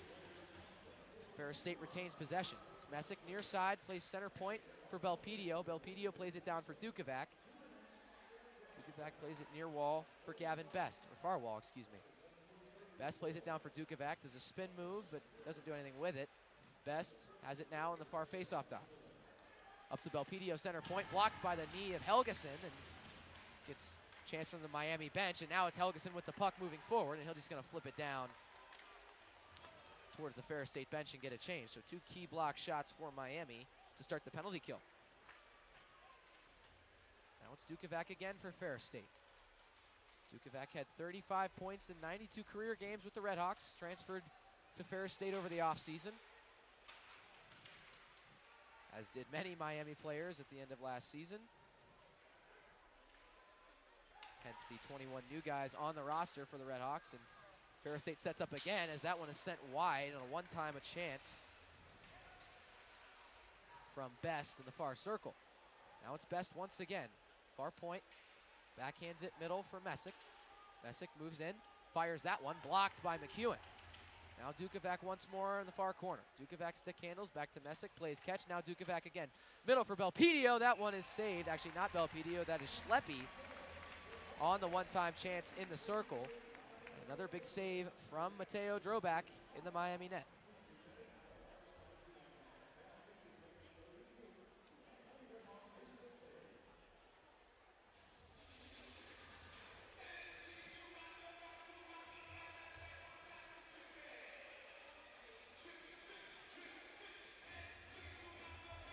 So Miami's going to have another defensive zone draw after the save from Drobak. It'll be Wallach against Helgeson. Wallach just forces Helgeson out of the faceoff dot and wins the draw for his team, as that one sent on net, blocked by Lukashevich. Shevich sends that one out, but ends up going off the Ferris State player and right to another Ferris State guy who gets another shot, but good save from Drobak. Now it's Lai at center point, feeds it over, and a big block there on McGrath, who had the one-timer in the far circle and sent all the way down, as there's 3 seconds remaining on the Thompson penalty, and that'll be all. So another kill for Miami. Some blocks by Vladislav Lukashevich. Another big block there by Nick Donato. Eventually keep a goal off the boards, as Kyle Aucoin is just going to send it all the way down, but no icing here, as Logan Haru was giving chase, and a turnover behind the net. Koshadelek tries to play it back from Morozov. Giampa makes a big hit, and Ferris State isn't going to like that, as looks like Jean-Louis' numbers were showing, or I should say number was showing. So he wears the number 6, and Giampa is going to go to the penalty box once again. Last night was all about discipline, which team could stay out of the box the most. Saw Ferris State take a couple of penalties in the third period. Obviously, we aren't into those late stages of the game yet. But Giampa goes to the box for 2 minutes for checking from behind, and we have hit our first media timeout. So still 1-0 RedHawks, as Ferris State will go to the power play when we come back. You're listening to Miami Hockey on Red Hawk Radio.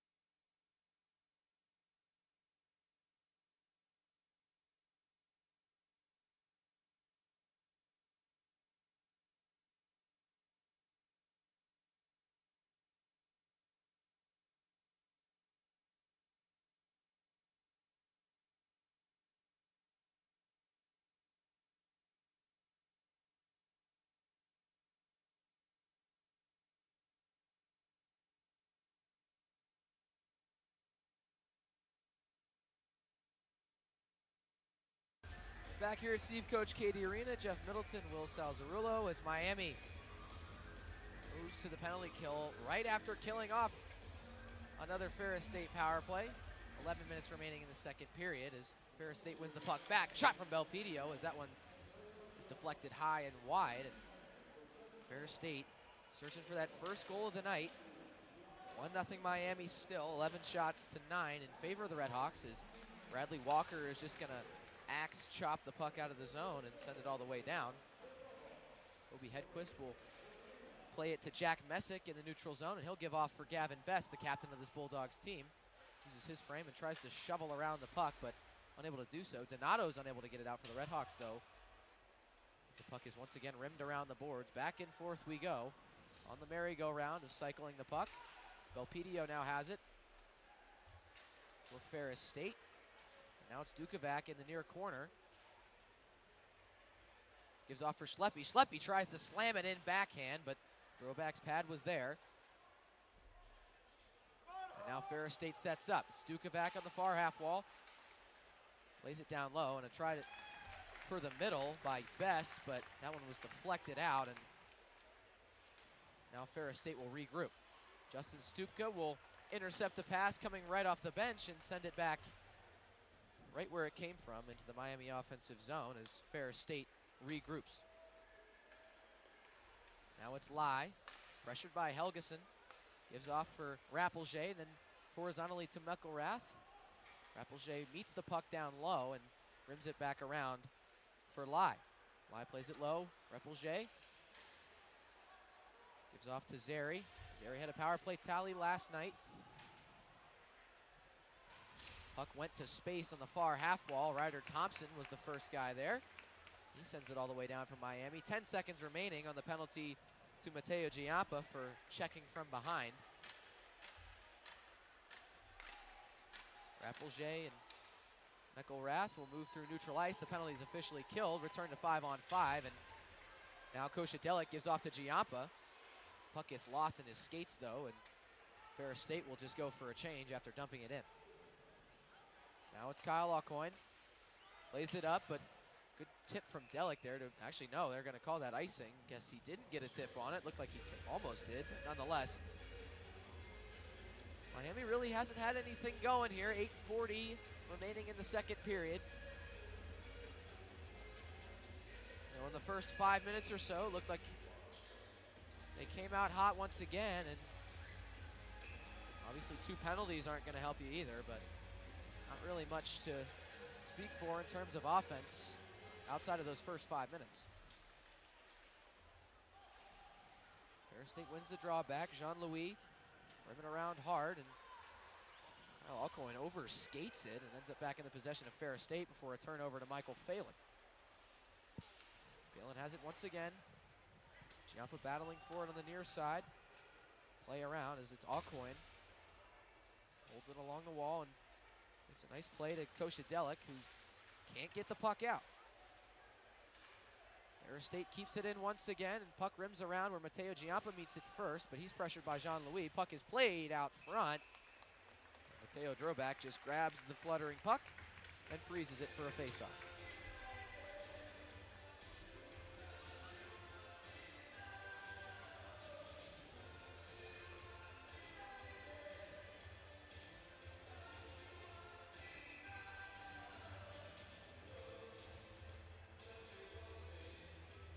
So it'll be Zari against Doug Grimes. Puck is fought for in the near side face-off circle as that one's played back to Belpedio. Save from Drobak. Right on the center logo of the Miami jersey. He is donning for his second career game. And yesterday, face-offs were the story of the game. Miami only won about 25% of their face-offs over the course of the game, but in the third period where they scored 4 goals, they actually won the face-off battle. As that one's played out in front, loose puck, and Drobak pounces on it to prevent any extra damage. Yesterday, face-offs were the key for Ferris State through the first 2 periods. There were multiple guys that they had on their team that were over 70%, which obviously is a fantastic number. Face-offs, especially in the defensive and offensive zones, becoming extremely important late in the game, and Miami obviously made an emphasis of that.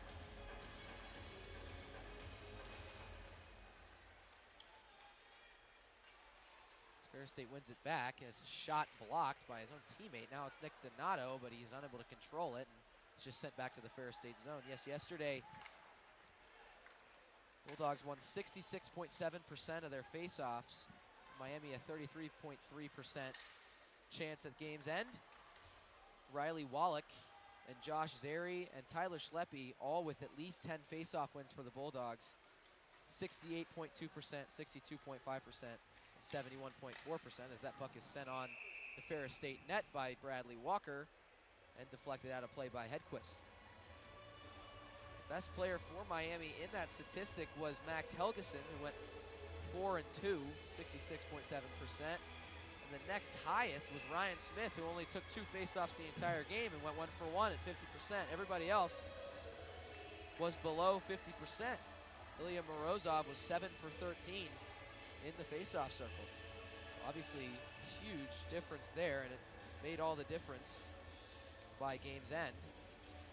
That third period, telling who was dominating the faceoff circle, and Miami won it for a reason as Mateo Giampa fires that one right into the body of Delic, and he was screening in front. Had he not been there, it looked pretty good for a top corner shot, but nonetheless, it ended up hitting his line mate and goes over and gives him a fist bump, and not sure exactly what's being said, but probably a my bad or good shot. Keep doing that, I'll keep standing there.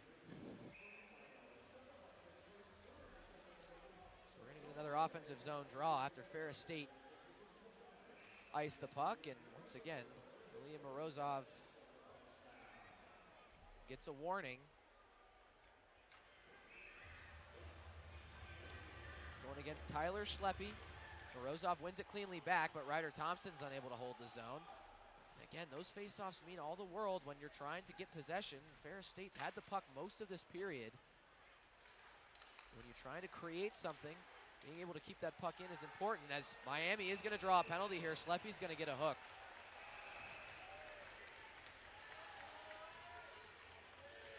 Mateo Giampa used his legs to move across the blue line, and Schleppe, who was falling behind, used his reach and a little bit too much of the stick right into the midsection, and Miami is going to go on the man advantage.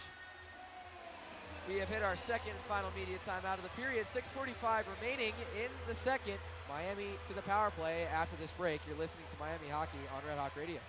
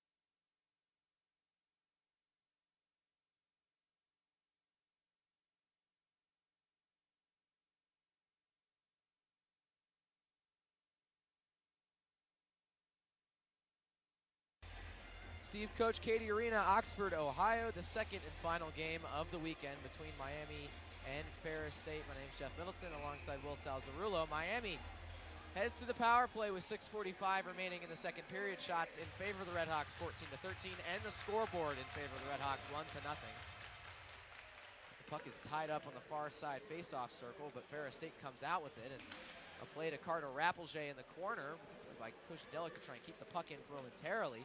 And a rim around to Mateo Giampa. He'll play it down to the far corner for Delic. Now Morozov plays it up for Thompson. Back to Morozov, half wall. Morozov plays center point for Thompson. Thompson holds, gives off to Giampa. Tries to play it center for Doug Grimes, but a sliding block by the defenseman Messick breaks that play up, and Miami regroups. Delic across center. Gives over for Grimes. Grimes just fires it on net. Hedquist will cover immediately for a defensive zone drop. And on comes the second power play unit for Anthony Noreen. And we've seen him shuffle his power play units often, as that was only 40 seconds. Oftentimes when you see it at the higher levels, or even with teams at the higher end of college hockey, depending on who's the unit, you see guys be out there for a minute plus, but no rest for the weary here as the second unit gets out there with 1:20 remaining on the power play. Ethan Hay, the center, is kicked out of the face-off circle. Ryan Smith will be in to take it against Gavin Best. Ferris State plays it quickly out. Michael Quinn unable to hold the zone, and he'll just play it quick up to Casper Nossen, who will slap it around the boards to Lukashevich, and now it's Ryan Smith. Smith up to Quinn. Nossen, one-timer, right pad save by Hedquist. Once again, that patented one-timer from Casper Nossen. Not afraid to show its face, as that's a big hit from behind. No call coming on Logan Haru.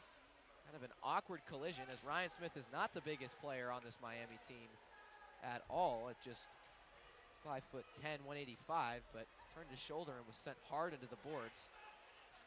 Currently getting mugged, too, in the far corner. Play out to Casper Nossen, unable to control it, though, and now Ferris State comes 2-on-2 the other way. Jean-Louis plays it forward. Gavin Best with him. Lukashevich holds him off. And now it's Jean-Louis behind the Miami net. And he's just gonna pin the puck up to the end wall. Just try and kill time. 20 seconds remaining on this Miami power play. One last rush for the RedHawks. Quinn plays near side for Lukashevich. Lukashevich will just dump it back in. Is unable to corral it as Bradley Walker, and Ferris State sends it all the way down. And we return to even strength. Michael Phelan plays it up for Nicholas Mikan.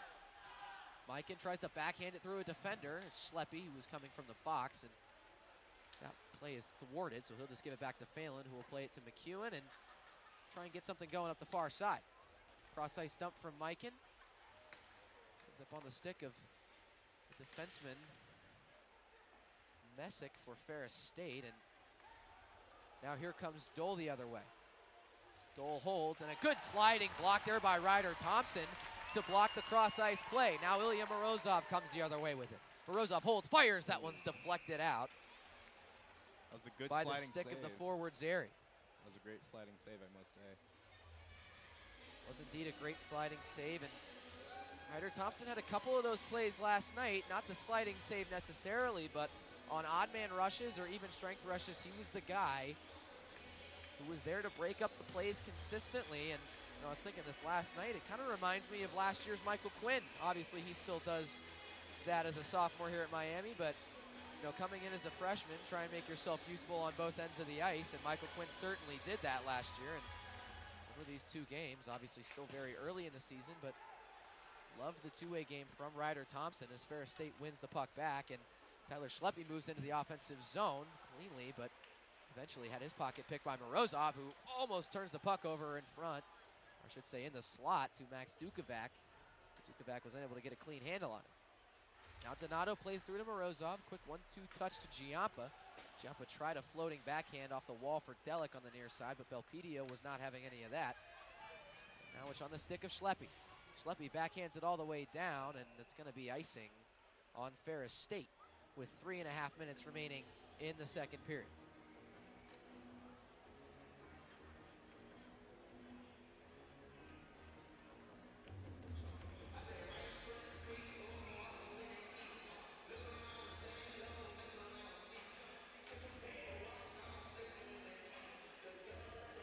the second line for Anthony Noreen, Ryan Smith, Ethan Hay, Max Helgeson all back there. The pair of freshmen on the back end, Sean McEwen and Michael Phelan. As Phelan gets to the rimmed puck first, and he'll just play it all the way back around, but both Helgeson and Hay are not able to get a stick on it, and Ferris State comes the other way. It's Dukovac. Shifty through the neutral zone, gains the offensive zone, but couldn't find his man as there was a little bit of a snafu on the Ferris State bench with the line change, and a quick pass up from Phelan is deflected into the Miami bench by, I believe, Ethan Hay. So we're going to get a neutral zone draw here, 3:06 remaining in this middle frame.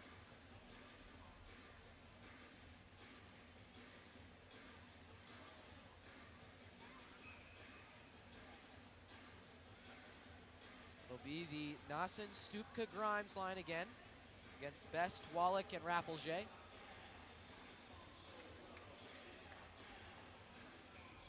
Alcoin and Thompson the pair for Miami, with Jean-Louis and Jack Messick for the Bulldogs. Jean-Louis seeing much more ice time tonight, even despite being the extra skater. Seems as if Trevor Tallene, as there's a play out in front, saved by Hedquist. What a stop by the Bulldogs netminder on Doug Grimes. My goodness. The reflexes on that guy is insane. Like, he, right when the guy was pulling up, he went in the butterfly position and stopped it almost immediately. Jean-Louis lost his man. That was Grimes in front. A good pass from Stupka, backhand no look. And if there's anything that's been impressive about this Miami lineup, it's how the freshmen are playing against a very veteran team. One of the oldest in all of college hockey are the Ferris State Bulldogs, as Lukashevich is going to send it cross corner. Doug Grimes gets there, but not early enough. And instead of messing around with it in the offensive zone, Stupka just backhands it to Lukashevich, who will just dump it back in. Now Quinn steps up and will just throw it back in to the Miami offensive zone. Ferris State's the first to pick it up. It's Lie up to Best, up to Wallach. Wallach uses his big frame to shield two RedHawks defenders, leaves it off for Best behind the Miami net. Lukashevich loses his stick and tries to kick it to his man, but instead gives it to a Miami defender who clears it out. Close call at the line for Belpedio. He ends up taking it out anyway, just to make sure that nothing bad happens, as Stupka now gains the zone. He's hit, but gives it off to Grimes in the process. Grimes is taken out low by Logan Haru. Puck skitters its way out to neutral ice and is sent back by Sean McEwen. Now it's Emerson Good. Tries to play it low, and McEwen is taken down by Good. No penalty coming. And now it's Morozov. Physicality starting to pick up here late in the second period. 1:30 left as Giampa is held, and Ferris State is going to take another penalty. With 1:27 remaining in this second period, a big opportunity for the RedHawks. It's going to be Nick Belpedio. The students behind Belpedio giving him the business. Looks like that was a holding penalty. That was a holding penalty indeed, as Giampa was dragged down by the free hand of the graduate student defenseman, wearing the A for Brett Riley. And once again, Miami has a chance to convert 4 power plays, none of which have been successful. See what they can do with this here. Honestly, possession has really been an issue, as Ethan Hay is kicked out of the faceoff circle once again. Ryan Smith in to take it against Riley Wallach. He loses it, but it ends up on the stick of Lukashevich. Fires just high. Shevich had all kinds of daylight, and instead he fired it up just over the blocker side of Hobie Hedquist. Lukashevich once again back on the forecheck. Interesting, a defenseman. Obviously Troy Thibodeau getting a little inventive with how he's deploying his players. Wants Lukashevich on the power play, but doesn't really have a spot for him to quarterback it. So instead has him playing in the middle. Once again, Miami struggling to get anything really going here as Doug Grimes plays it back for Ryan Smith.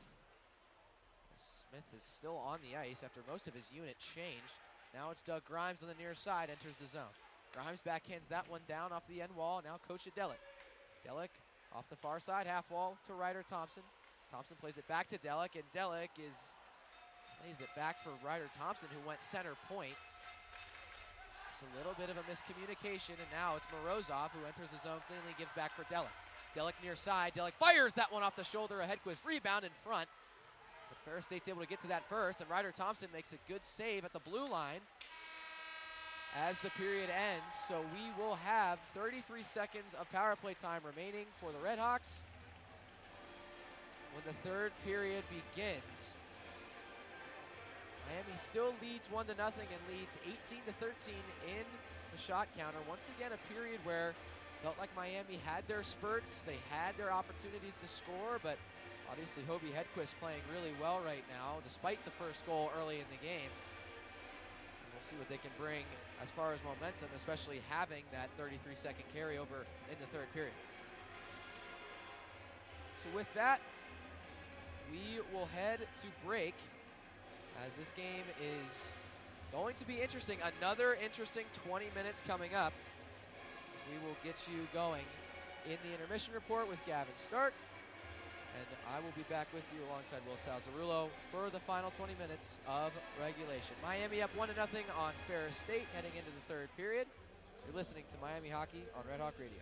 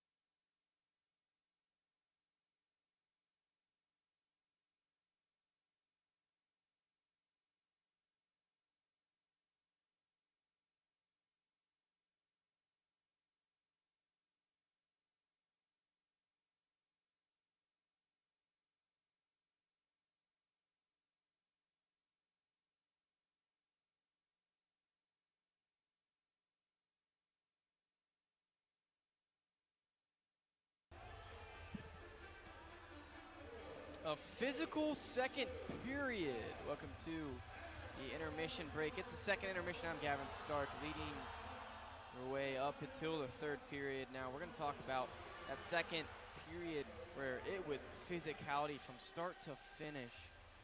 But it really feels like no team really able to get things going offensively, but you got to give credit to both defenses. Defenses look absolutely locked down on both sides. Unbelievable stuff showcased defensively. In physicality, it's been impressive how this young, freshman-minded Miami team is matching the veteran-like Ferris State team. I mean, they really stepped it up physicality-wise tonight, and we talked about that after the first period and how they were matching that physicality with this Ferris State team, and they did that once again in the second. You see what Noreen had planned. It was physical, physical, physical, and tire these guys out. And that's exactly what this second period, that's what you're going to take from this one. Miami RedHawk fans, you have got to be excited as we head into the third period, because this Miami team leads 1-0, and we saw what happened in the third period last time.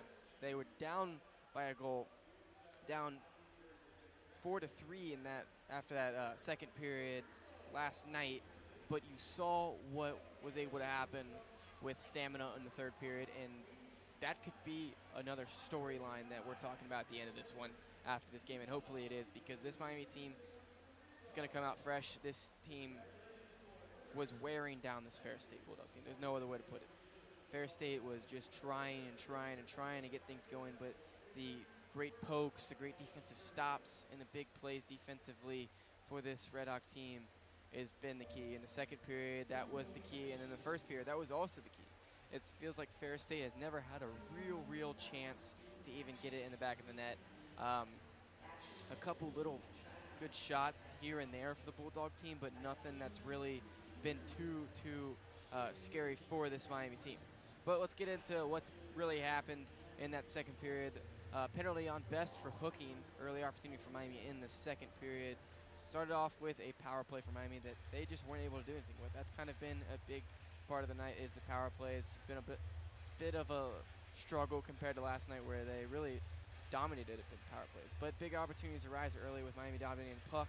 And that was the first 5 minutes. First 5 minutes, Miami was dominating the puck, and it felt like a goal was coming in the near future, and that did not happen, as Delic ends up with a fast break, one-on-one opportunity, and Hedquest made it an unbelievable save. You got to tip your cap to Hedquest. He's looked really good, been tough as nails in the net for the Bulldogs. Cross-check penalty on Thompson, but if we're going to talk Thompson real quick, what a talented freshman. He was really flashing it on both sides of the puck. Defensively, offensively, he's showing why he should be out there, and he's showing as a young talent how he's going to make a big impact throughout this season, and he's made a huge impact already on this team. But he did have a penalty for cross-checking. Giampa penalty for hitting from behind, so it was back-to-back penalties and back-to-back power plays for the Ferris State team, but Ferris State wasn't able to take advantage of that. Simply wasn't able to take advantage, and they weren't able to get back and tie this game with those power plays. A penalty on Schleppe, that added a power play for Miami. That was their second one of the period. Miami, same story as Ferris State, wasn't able to get anything going with the power play. Grimes of Miami, huge opportunity. Hedquest made an unbelievable stop. This was the stop of the night so far that we've seen. Hedquest, you got to really tip your cap to him. Once again, he has been just brilliant. He really has. And that doesn't strike anything against Drobek. Drobek's been great in the net for the RedHawks as well. Both goaltenders have been awesome, and there's been a big story of the night. The penalty on Beldipo for holding, another power play for Miami with a minute 27 left. So actually there's 33 seconds of power play left, and when we head into the third. So we saw a quick goal in the first period, obviously from Supek, and that could be another thing that you should really keep your eye out for as we head into the third period, because they're going to have an advantage. They're going to have the power play for 33 seconds. We saw a quick goal in the first period, and now another opportunity arises for this Miami team as we head into the third period. Expect this Miami team to be fresh and ready to go, because that's what happened last night. That is the answer last night. Ferris State looking to maybe change some things, have a better third period, and maybe they can come out with a victory, but Miami's got other things in store. We're going to continue to talk about the second period when we head back. Going on a little bit of a break. We stay around for a little bit as we talk about this second period after this break.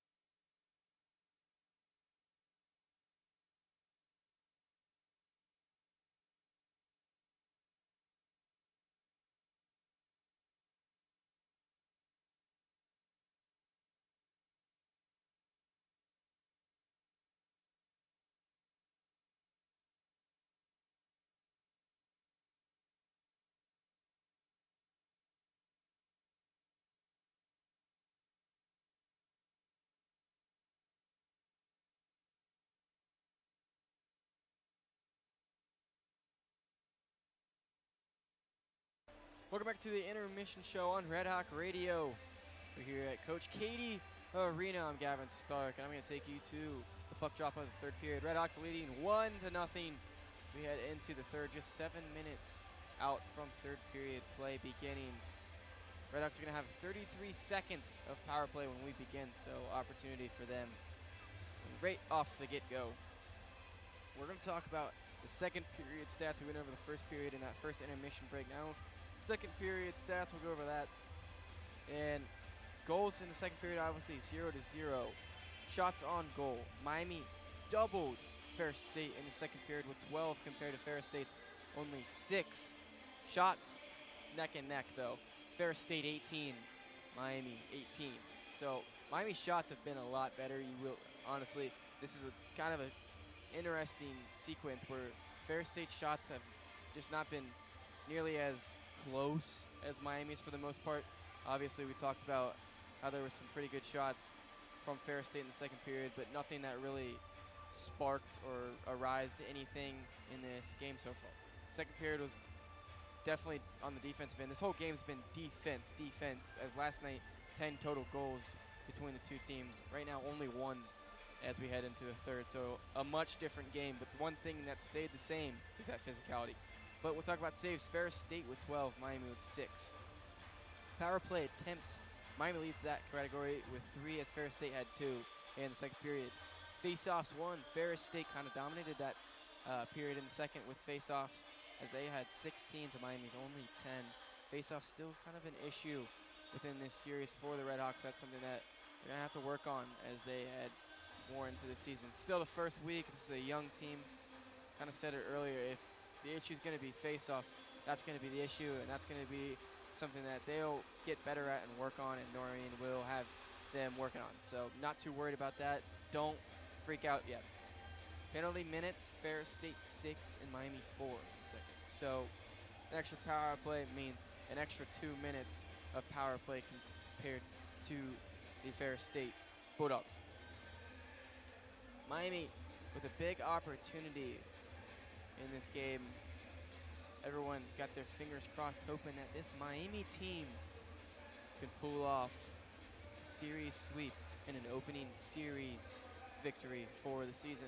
A picture-perfect start that would be, and everyone would be loving it here in Oxford, Ohio. Obviously, the football team won earlier. The score of 25-14 over the Northern Illinois. Went on the road and got a big victory there. Let's see if this Miami RedHawk team can pull off the victory to keep this small margin of 1 goal to none as we head into the third period. Opportunities arise. Can Miami take advantage of it with 33 seconds of power play when we come back? Just 4 minutes out from puck drop of the third period. If we're talking about keys that need to happen in this third period, you can't really just expect Ferris State to not have much energy, kind of like last night. That could have been a fluke. That could be just a difference of games. You can't expect that. But this Miami team, what you can expect is this team to have a lot of energy. They should have a lot. It's a young team with a lot of energy, and stamina-wise, they should bring it all in this third period, and that could be the difference of this game. That's what I have circled right now is stamina. It's something so small but yet so large within this game, and physicality has been matched tonight. Both teams have been super physical, so you can't say one team's been more physical than the other. But who's going to have the fresher legs and who's going to have the more stamina as we head into the final period? That'll be it for the second intermission here in Coach Cady Arena. I'll talk to you after the game for some post-game wrap-up, and hopefully we're talking about a RedHawk victory here in Oxford, Ohio. If so, Miami University students and fans will be celebrating. RedHawks looking for a series sweep and a series victory.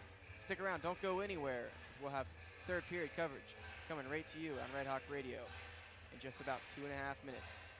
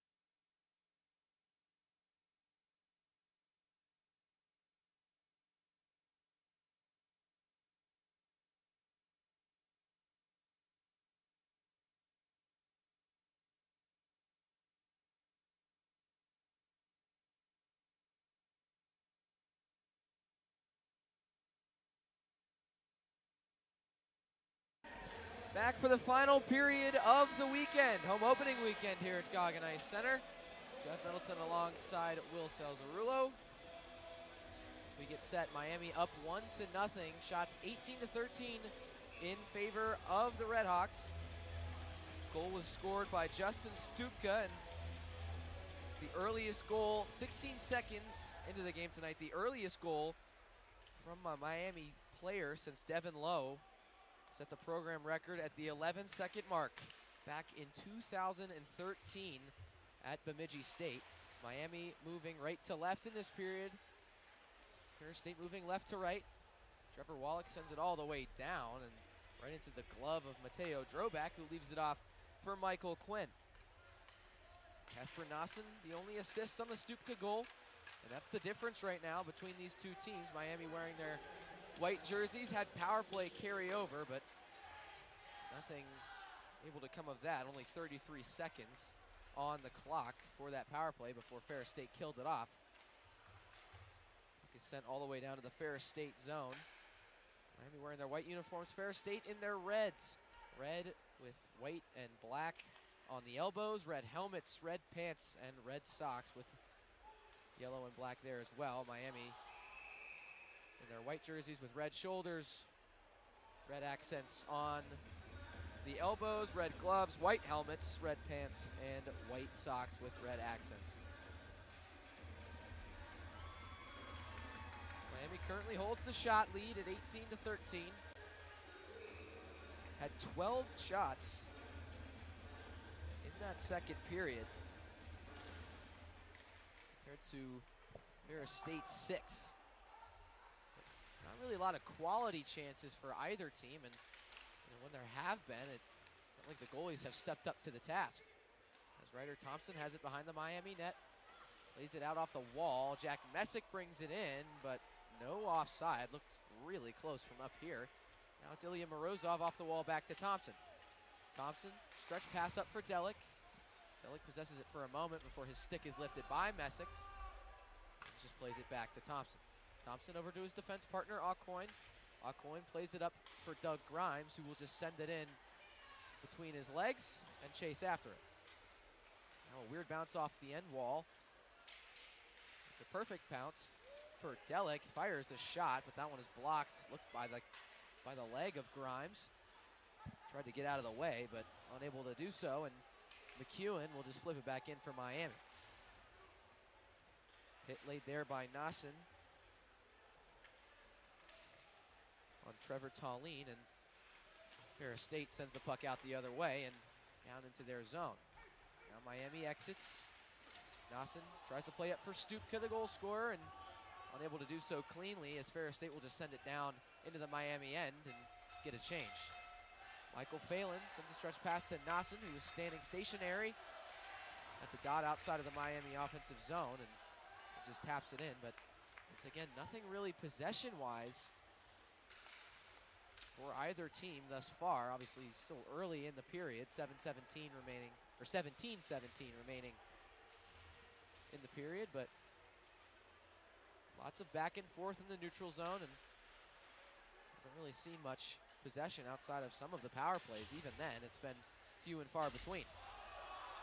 Obviously, that could change quickly, considering how both of these teams played in the third period yesterday and in the second period yesterday as well, as Ferris State sends the puck all the way down for an icing.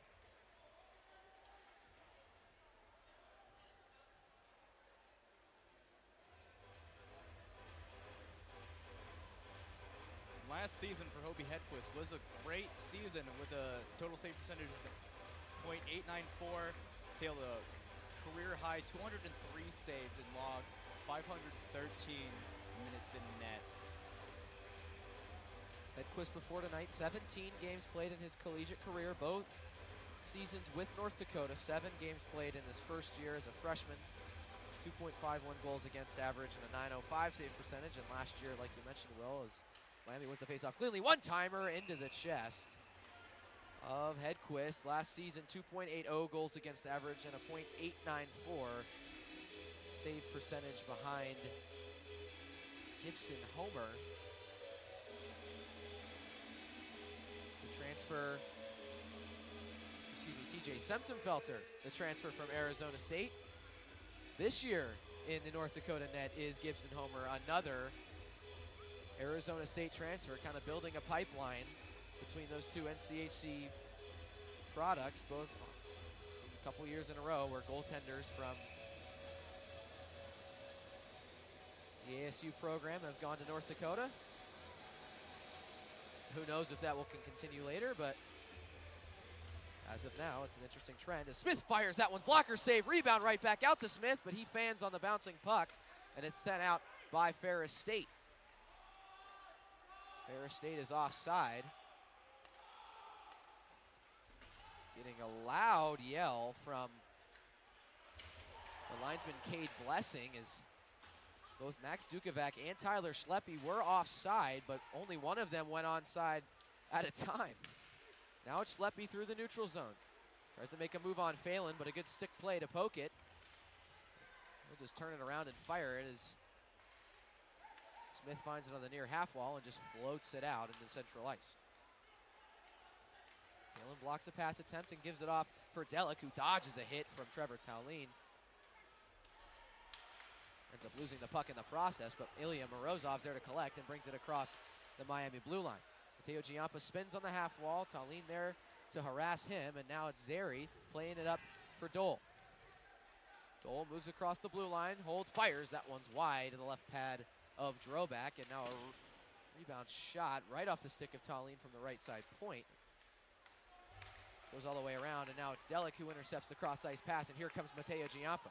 Giampa holds, makes a play to the middle, right to the stick of Delic, but he's a left-hander and wasn't able to turn cleanly. That one's in front. Puck is sitting.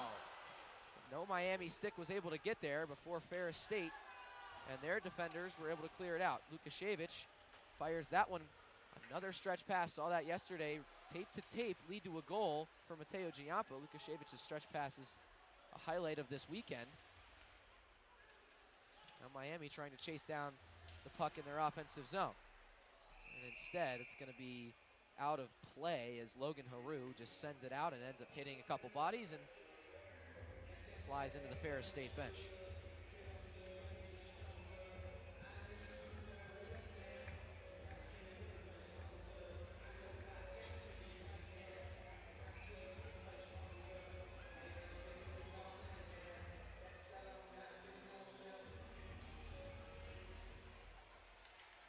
Face-off is tied up between Stupka and Wallach, and the Bulldogs come out with it and ends up making a nice tip play by Gavin Best, who just sends it in, and Mateo Drobak is there to try and make a play around. He does. Now Ryder Thompson gives up for Grimes. Grimes immediately plays a touch pass to Kyle Aucoin, who will just send it in low with the backhand, and the five-man unit will change. John Emmons is in hard on the boards against Rappelje, intercepts the puck and gives it off from McEwen. McEwen finds Mikan, and now Mikan will just backhand it to Emmons, who takes a hard hit at the blue line from Belpedio. Now it's Mikan, his fourth line trying to get to work. Another bounce off that end wall. There's a part where the Zamboni doors are. That's the second or third bounce that we've seen go right to the middle of the ice off of that wall, as there's almost a turnover by Sean McEwen trying to find Nick Mikan moving through the middle. Nothing doing for Ferris State there as now Miami regains possession, and Michael Phelan will just send it in for another line change. Ryan Smith gets there first for Miami, plays it back to Lukashevich. Now Donato stretches it for Helgeson. Helgeson's being held there, no call coming by Jean-Louis. The puck just kind of rolls in on net to Hobie Hedquist, and he'll cover, and Miami will have an offensive zone draw on the far side.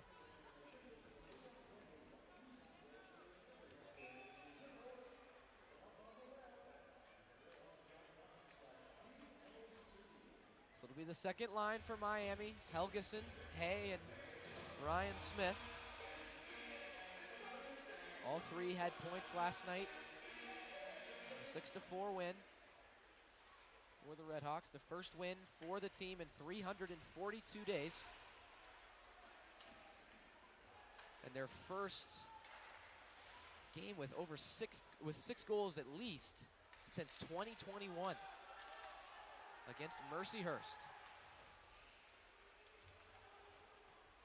Puck ends up back down to the Miami defensive zone, and Ferris State tries to make a play. That was Dole trying to play across ice for Tallene, but hit off the skate of a RedHawk and ends up kicking back out to neutral ice. And now it's Schleppe.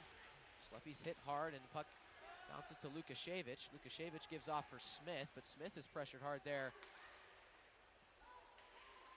by the Ferris State forward. That's Badal. Badal works the puck off of Smith, but gives it off to a teammate before going for a change. And now Ferris State has possession in the offensive zone. Droback sees a shot into his chest and just kind of bats it out of midair into the corner. Now it's Belpedio at the far point. Belpedio holds. That one's blocked by the knee of Lukashevich in some pain as he heads back to the bench. But another big block as Delic is going to move down in the offensive zone. Currently doesn't have any help. Now he does. Stupka, but he ends up losing the puck after the 2-on-1 battle in the corner. Doug Grimes tries to hold the zone, but unable to do so on the far blue line. And Schleppe giving him the business in front of the Ferris State bench. Meanwhile, the play goes on. Casper Nossen has it in the defensive zone, plays it back for Aucoin, and Aucoin plays a stretch pass to Stupka, who's unable to handle it cleanly, and unhappy with that as kind of slammed his stick on the ice before crashing into the end wall, trying to chase down the puck. Now it's Gavin Best. Leaves it off for Messick. Messick fires. That one's deflected away to the glove side of Droback and wide. Puck is kept in by Jean-Louis. Now Aucoin back to get it for the RedHawks. A stick lift by Nossen. Puck rolling down. No icing on the play. So Miami's able to get a clean change. Messick tries to stretch it up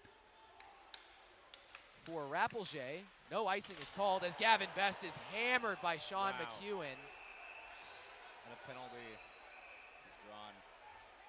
Another bad hit for the RedHawks, and it's going to put him on the penalty kill for the 5th time tonight.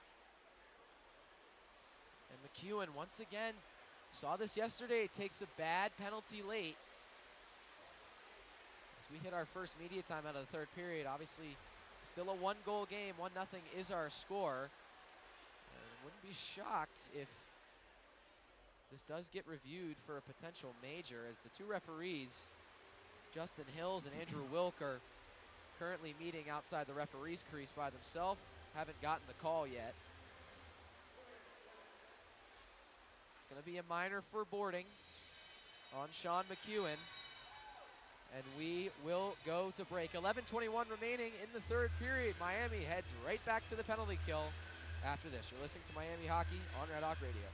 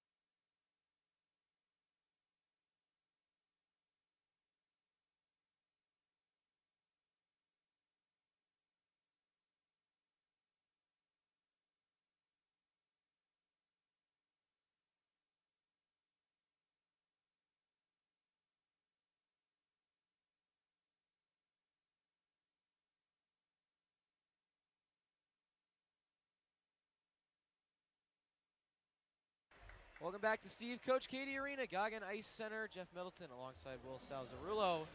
At the break, while everybody in Gavin Ice Center was jumping around, the referees did end up reviewing the play for a major, and they decided no go. So it will be just a minor for boarding against Sean McEwen, the freshman defender. Miami heads to the penalty kill as Ferris State wins the offensive zone draw. Belpedio down to Dukovac on the near side. Dukovac plays it up to Belpedio, loses the puck for a moment. Quick pass over to Dukovac. Dukovac holds, fans on the pass, and a good play there by Kyle Aucoin to step in front of Tyler Schleppe. Down low on the goal line, intercepts the pass and sends it all the way down. 10:55 remaining in this third period, a minute and 30 seconds remaining on this penalty kill for Miami as Vladislav Lukashevich will just take the puck that was lost at the blue line and send it back down once again for the RedHawks. Helgeson, Stupka, Donato, and Lukashevich are the four RedHawks on the ice as former RedHawk Max Dukovac brings it across the blue line for Ferris State. Now it's Messick at the near point. Messick holds, plays it over for Belpedio. Belpedio gives it off to Dukovac. Dukovac down low for Best. Best holds, gives up to Belpedio once more. Belpedio down to Best in the circle. Best fires and a block by Lukashevich. I believe that's his second or third one tonight, and all three of them, or all two of them, have been really, really strong. Yes, indeed. Or excuse me, that was actually his fifth block, according to the official stats. Either way, he's had at least a couple on the penalty kill, and you can see why he was brought in. Not afraid to put the body on the line. Ferris State wins another offensive zone draw. Lai hands over to Rappelje, who fires, kick save by Droback. Lai gets the puck back, and now it's Rappelje once more. Fired from Wallach, and that one's saved by the left pad of Droback. Now Lai once more fires. That one's tipped in and scored. And guess who? It's Josh Zeri. Another power play goal for the senior from British Columbia. And this game is tied.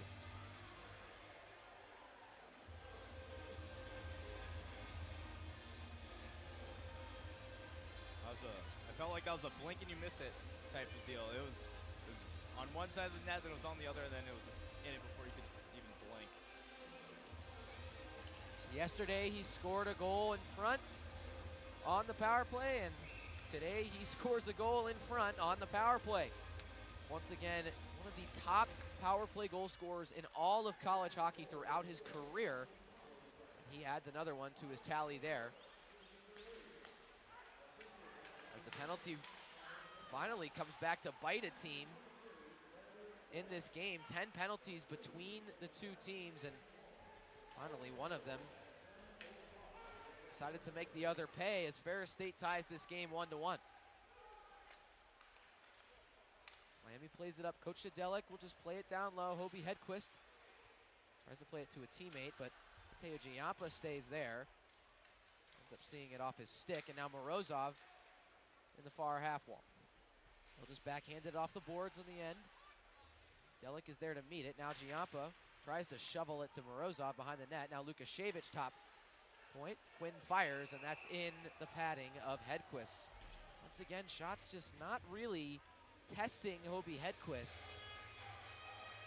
A lot from the point, either with no traffic or ends up hitting a body. And Ferris State has done a really good job tonight. Credit to them of collapsing in the middle of the defensive zone and not really giving Miami any opportunities for cross-ice plays or anything in the slot. It even includes on the power play as well, as possession has been few and far between for the RedHawks on the man advantage. Offensive zone draws won by Ferris State.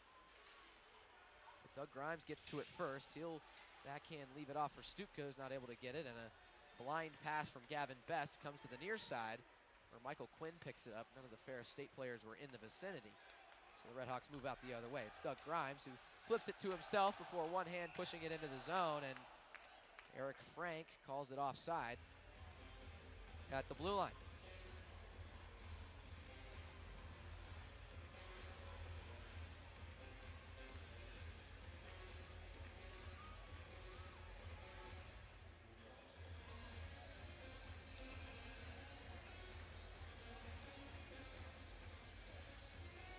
Jonathan Hay, second line center for Miami tonight.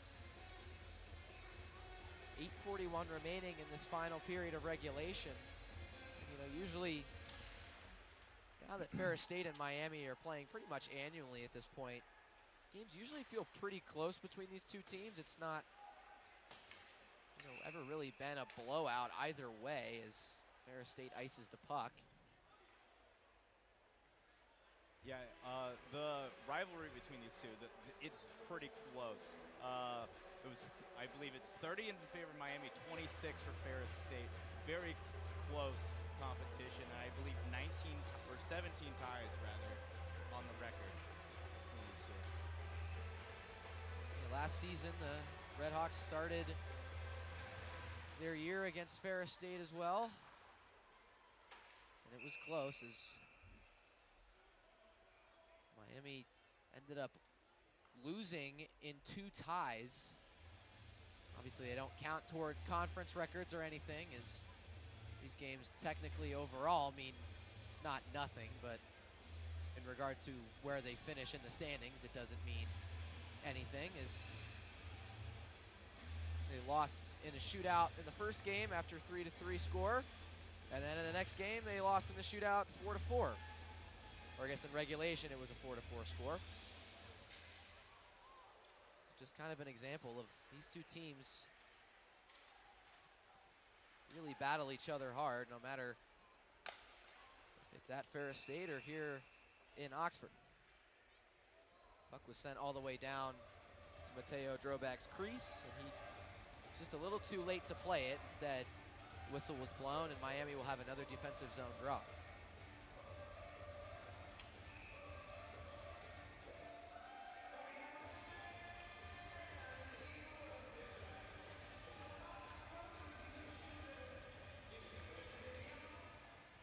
Wins the draw, Ilya Morozov. Won it back, and just a quick clear from the Miami defense as Phelan tried to go for a change but wasn't able to. Instead, only McEwen could. And the first line of Miami pretty quiet tonight. Nothing nearly as good as what we saw last night from these three, Delic, Morozov, and Giappa. Pretty much shut down by this Ferris State Bulldogs team. Now they move the other way. It's Rowe, tried to play it back, and now here comes John Emmons. Emmons moves across the blue line, holds, pressured there by Lai. Plays it around, that's a fire from Nick Mikan, but it was blocked in front. Once again, another block from Ferris State. Stretch pass from Michael Quinn to Bradley Walker, the wrecking ball. Played it across in front, right across the crease, but nobody was there on the other end. Quinn just dumps it in, and we'll go for a line change. Now it's Haru. Haru over to Tallene. Back to Haru, and he'll just leave it off for Max Dukovac. Dukovac tries to get around one, but Stupka was having none of that. Grimes had his back turned, and Stupka just ended up slapping the puck away from Dukovac as he tried to make a move through 2. Ferris State will just dump it in. Aucoin's there to meet it. Just leaves it off for Thompson, and now Casper Nassen. Nassen plays it through to Doug Grimes. He plays it through his legs, but unable to keep possession, and it goes right to the stick of Nick Belpedio. Belpedio plays it up, a cross-ice pass from the Bulldogs, not able to get there. That was Rappelger trying to find a teammate, and now it's Doug Grimes again. Grimes backhands it to the net. That one's sticked away by Hedquist and into the netting, and we will get our final media timeout of regulation. 6:23 remaining in the third period. This game is now tied 1-1 thanks to a power play tally from Josh Zeri. We will be back for the final moments of this regulation time and see what it has to offer here on Red Hawk Radio.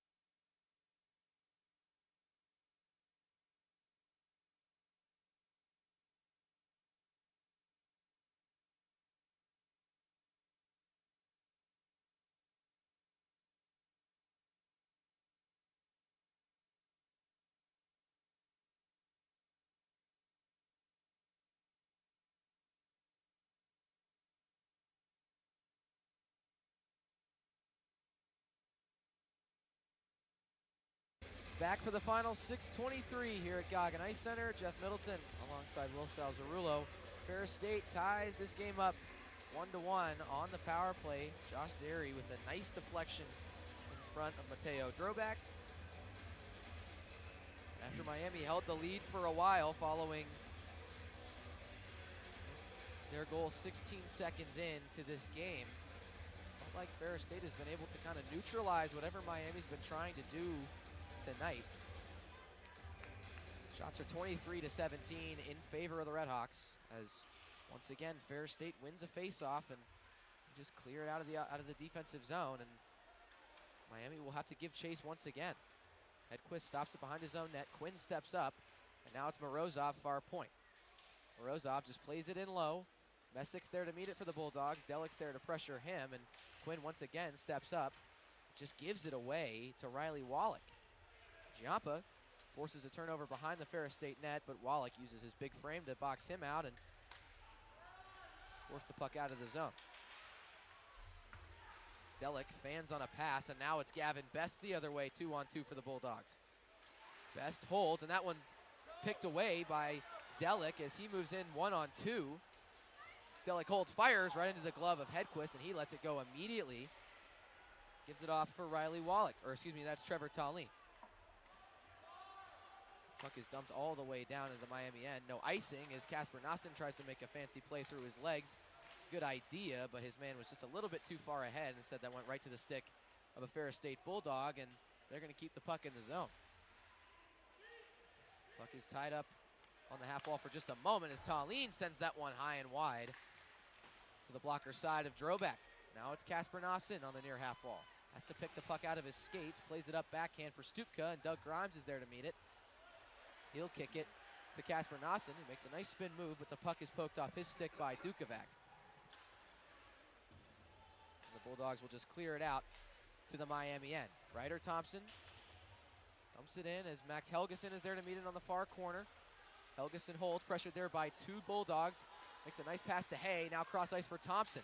Thompson to Aucoin. Aucoin tries to make the extra pass down to the part of the zone. There wasn't really anybody standing there on the near side, but it was blocked by two Bulldogs who were up with Aucoin. And an attempt at a clear is blocked by Thompson, and he'll just send it down low.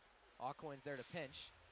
He's able to keep it there momentarily, but Chris Lai sends it around, and that one is met again by Thompson. Miami holding the zone here well, but still not able to create anything cross ice or through the seams as of now. Lai plays it up. Lukashevich tried to keep it in, but Ferris State able to get a line change, and now it'll be Aucoin in their own zone. Cross to Lukashevich. Lukashevich plays it up for Mikan, but he just taps it forward right to the stick of Nick Belpedio, and now it's Silic the other way. Silic tries to play it in front for Emerson Good, but Good was just a little bit too far away, and pass didn't connect. Now the RedHawks move the other way. It's Nick Mikan. Mikan unable to connect with John Emmons. Ferris State's going to ice the puck. The Miami crowd trying to urge on their RedHawks to a win tonight following last night's exciting victory. This has been more of a tame game, I would say. I agree. A lot less extracurricular, obviously, as well, with the home opener and, first game of the season. There's going to be some, or I guess it's not going to be icing, as we're going to get a draw at center ice here. But yeah, first game of the season for both teams, home opener for Miami. There's bound to be, maybe a little bit more extracurricular activities than normal, a little bit more physicality than normal, and the fans sure got a show last night, and hoping for another good result tonight as Miami gets the puck in their own, in the offensive zone, I should say. Mateo Giampa plays it back into Quinn. Quinn fires, rebound, shot, score! Wow, great assist. When did you miss it? It's Coach Delik. He's been around it all night. He gets a rebound off the right pad of Hobie Hedquist and deposits it in the top corner. Gives Miami a 2-1 lead. And I feel like tonight had a pretty good turnout considering it's It's a Saturday night. Yesterday had a fantastic turnout with over 2,572 people in attendance. It's the largest crowd in Miami hockey since March 2nd, 2024. So a great turnout yesterday and a pretty decent turnout tonight. And those fans that showed up tonight are going to be happy with 2:59 remaining in the third period. Miami takes a 2-1 lead. Coach Adelic scores his first NCAA goal after committing out of the OHL with the Sudbury Wolves. He's been all around it tonight. Lots of plays. Made a huge shot block last night as here comes Justin Stupka. Stupka unable to find Doug Grimes as things get interesting now. Shots 26-17 in favor of the RedHawks. 2:43 left on the clock as Ferris State ices the puck. So it's Delic from Quinn and Giampa at 17:01.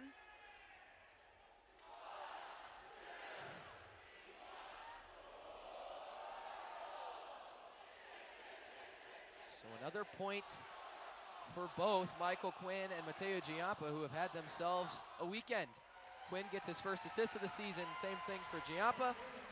And Delic gets his first goal of the season as well.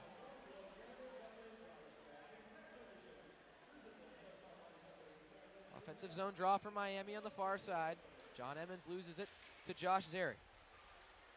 Play up, it's Ferris State the other way. And last night, the response from Ferris State after Miami goals was always excellent. I don't remember a time where they flubbed a response, but we'll see what they can do here tonight. As the puck is pinned along the near corner, and it's played up to Tallene across ice for Lai. And there goes Hedquist. It's going to be an empty net for Ferris State. 2:18 remaining. Puck played out in front. Nick Mikan gets there and chips it off the wall. Here comes John Emmons. John Emmons makes a nice play, and it's with a high stick. Oh, it's with a high stick. Oh, and the home fans do not like that. The crowd does not like that. It is the right call. But that is a huge break for Ferris State. Some colorful language from the home tech crowd. So Ferris State gets a break, and obviously see what this Miami team can do as a response. It's going to be Ethan Hay against Tyler Schleppe on the far face-off circle. And Hay wins it cleanly. Thompson is just going to fire this one around. It's kept in by Messick for a moment. Actually, it's still kept in. And that one's fired in by Schleppe. Mateo Drobak's just going to glove it down, though, and settle things down with 2:01 remaining in the third. So it's 6-on-5, empty net for Ferris State. Miami's got their second line out there. Actually, partially their second line, as Bradley Walker is out there in place of Ryan Smith. Max Helgeson is still out there with Ethan Hay as the other two forwards to complete the three-man line, I should say. Faceoff is tied up, and that one is just sent out and all the way down by Hay. Not taking any chances to look at the net after a tie-up. Just going to send it down with 1:54 remaining in the third.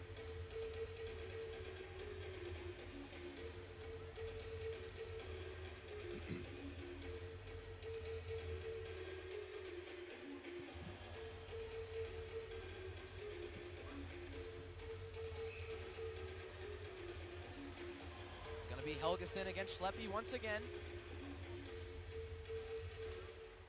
Schleppe wins it clean. One-timer, Messick, that one's blocked. Rebound is sent in front. Dukovac has a chance. That one is out, but the play is blown dead. Not exactly sure why.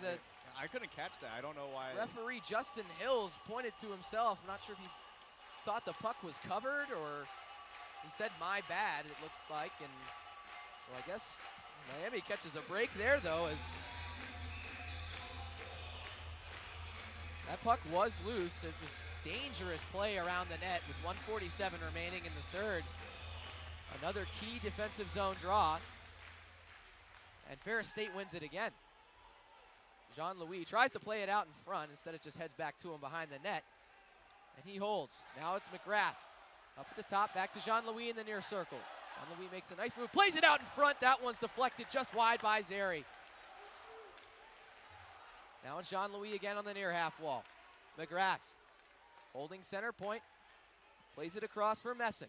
Messick plays it back to McGrath. 1:20 remaining in the third. McGrath plays it near side for Jean-Louis. Louis holds. Back to McGrath. McGrath holds. Fires. That one's off the crossbar. Now it's Schleppe below the goal line. Schleppe finds a man in front. It's Rappelche. It's cleared out and down the ice. It's rolling towards the empty net, but it's going to be just wide for icing. That was a stressful few seconds there on the Miami line. The puck was loose. They just seemed like rebound after rebound, but they managed to get knocked out into their own end. 59.3 remaining in the third. Another defensive zone draw for Miami. And obviously they can't change, and they don't have a timeout because they lost that challenge for a major in the first period. Ethan Hay to take it once again. Hay wins it back cleanly. Ryder Thompson's there to begin. It's hacked away by Walker, but he misses it, and it's kept in the zone. Now Kyle Alcoin tries to shovel it backhand out, but it doesn't get past the blue line. Shot is blocked by Helgeson. 47 seconds remaining in the third. Helgeson meets it. Helgeson makes a move around one. He brings it into neutral ice. He flips it, but that one's blocked by the hand of Logan Haru.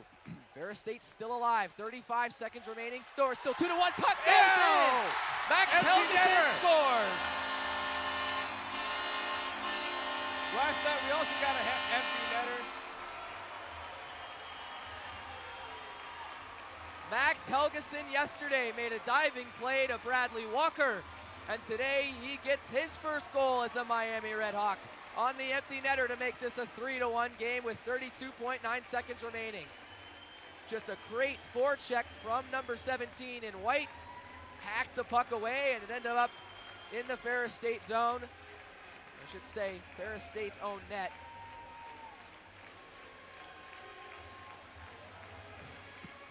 After consistent issues creating anything on offense in this game, Miami is 25 seconds away from sweeping Ferris State and taking 2 wins away from this weekend.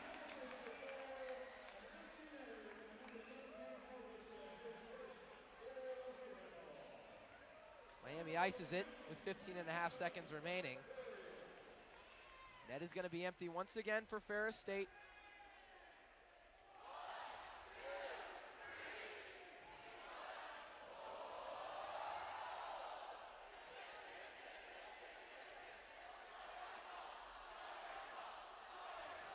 As of now, the Miami crowd serenading the empty net.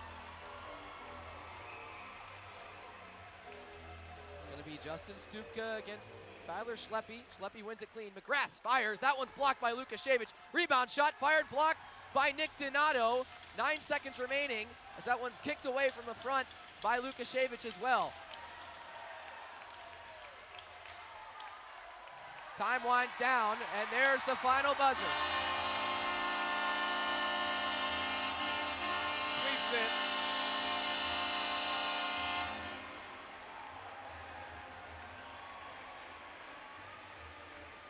Another huge win against a team that has given these Miami RedHawks fits.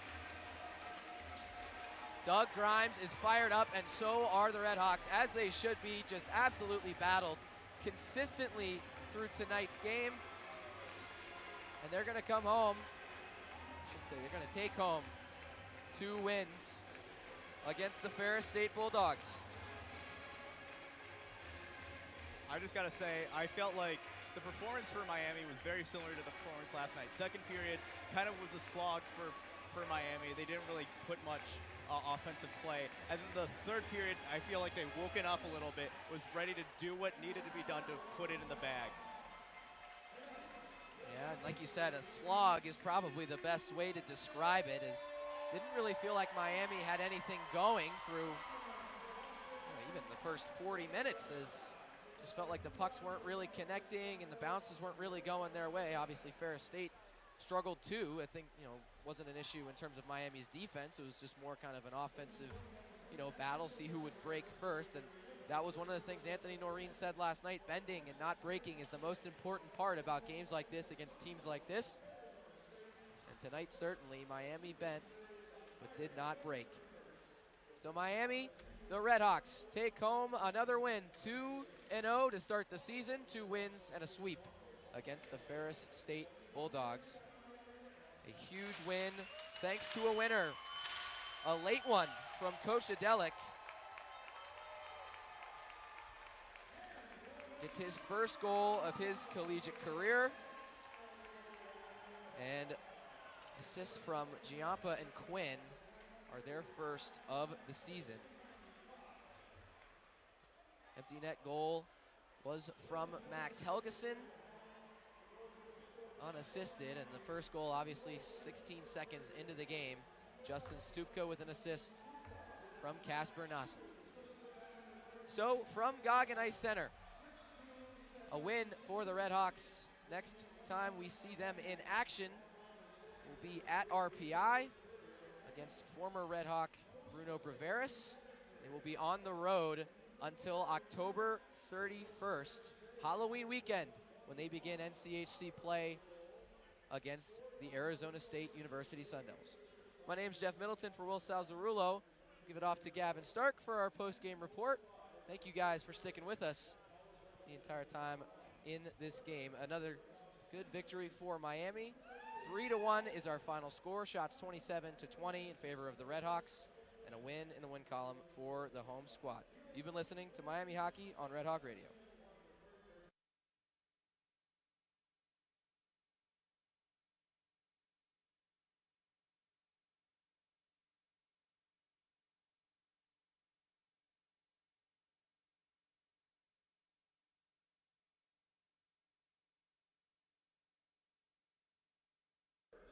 And they're going to party in Oxford, Ohio, as a big first weekend victory for this Red Hawk team goes down. It's a sweep for the Red Hawks as they win this one 3-1 over the Ferris State Bulldogs.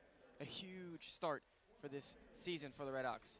It almost feels like the team is already gelling together, and we're talking about after the first weekend of play that you could see the bond that this team already has. You saw the love and joy that they were showing on the bench.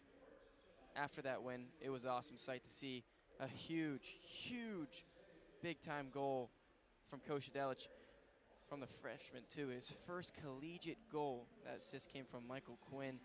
Just an all-around great performance from this entire team tonight. The defense stood tall from start to finish. They knew they had a job, and the job was to get the victory. And what did they do? They did just that.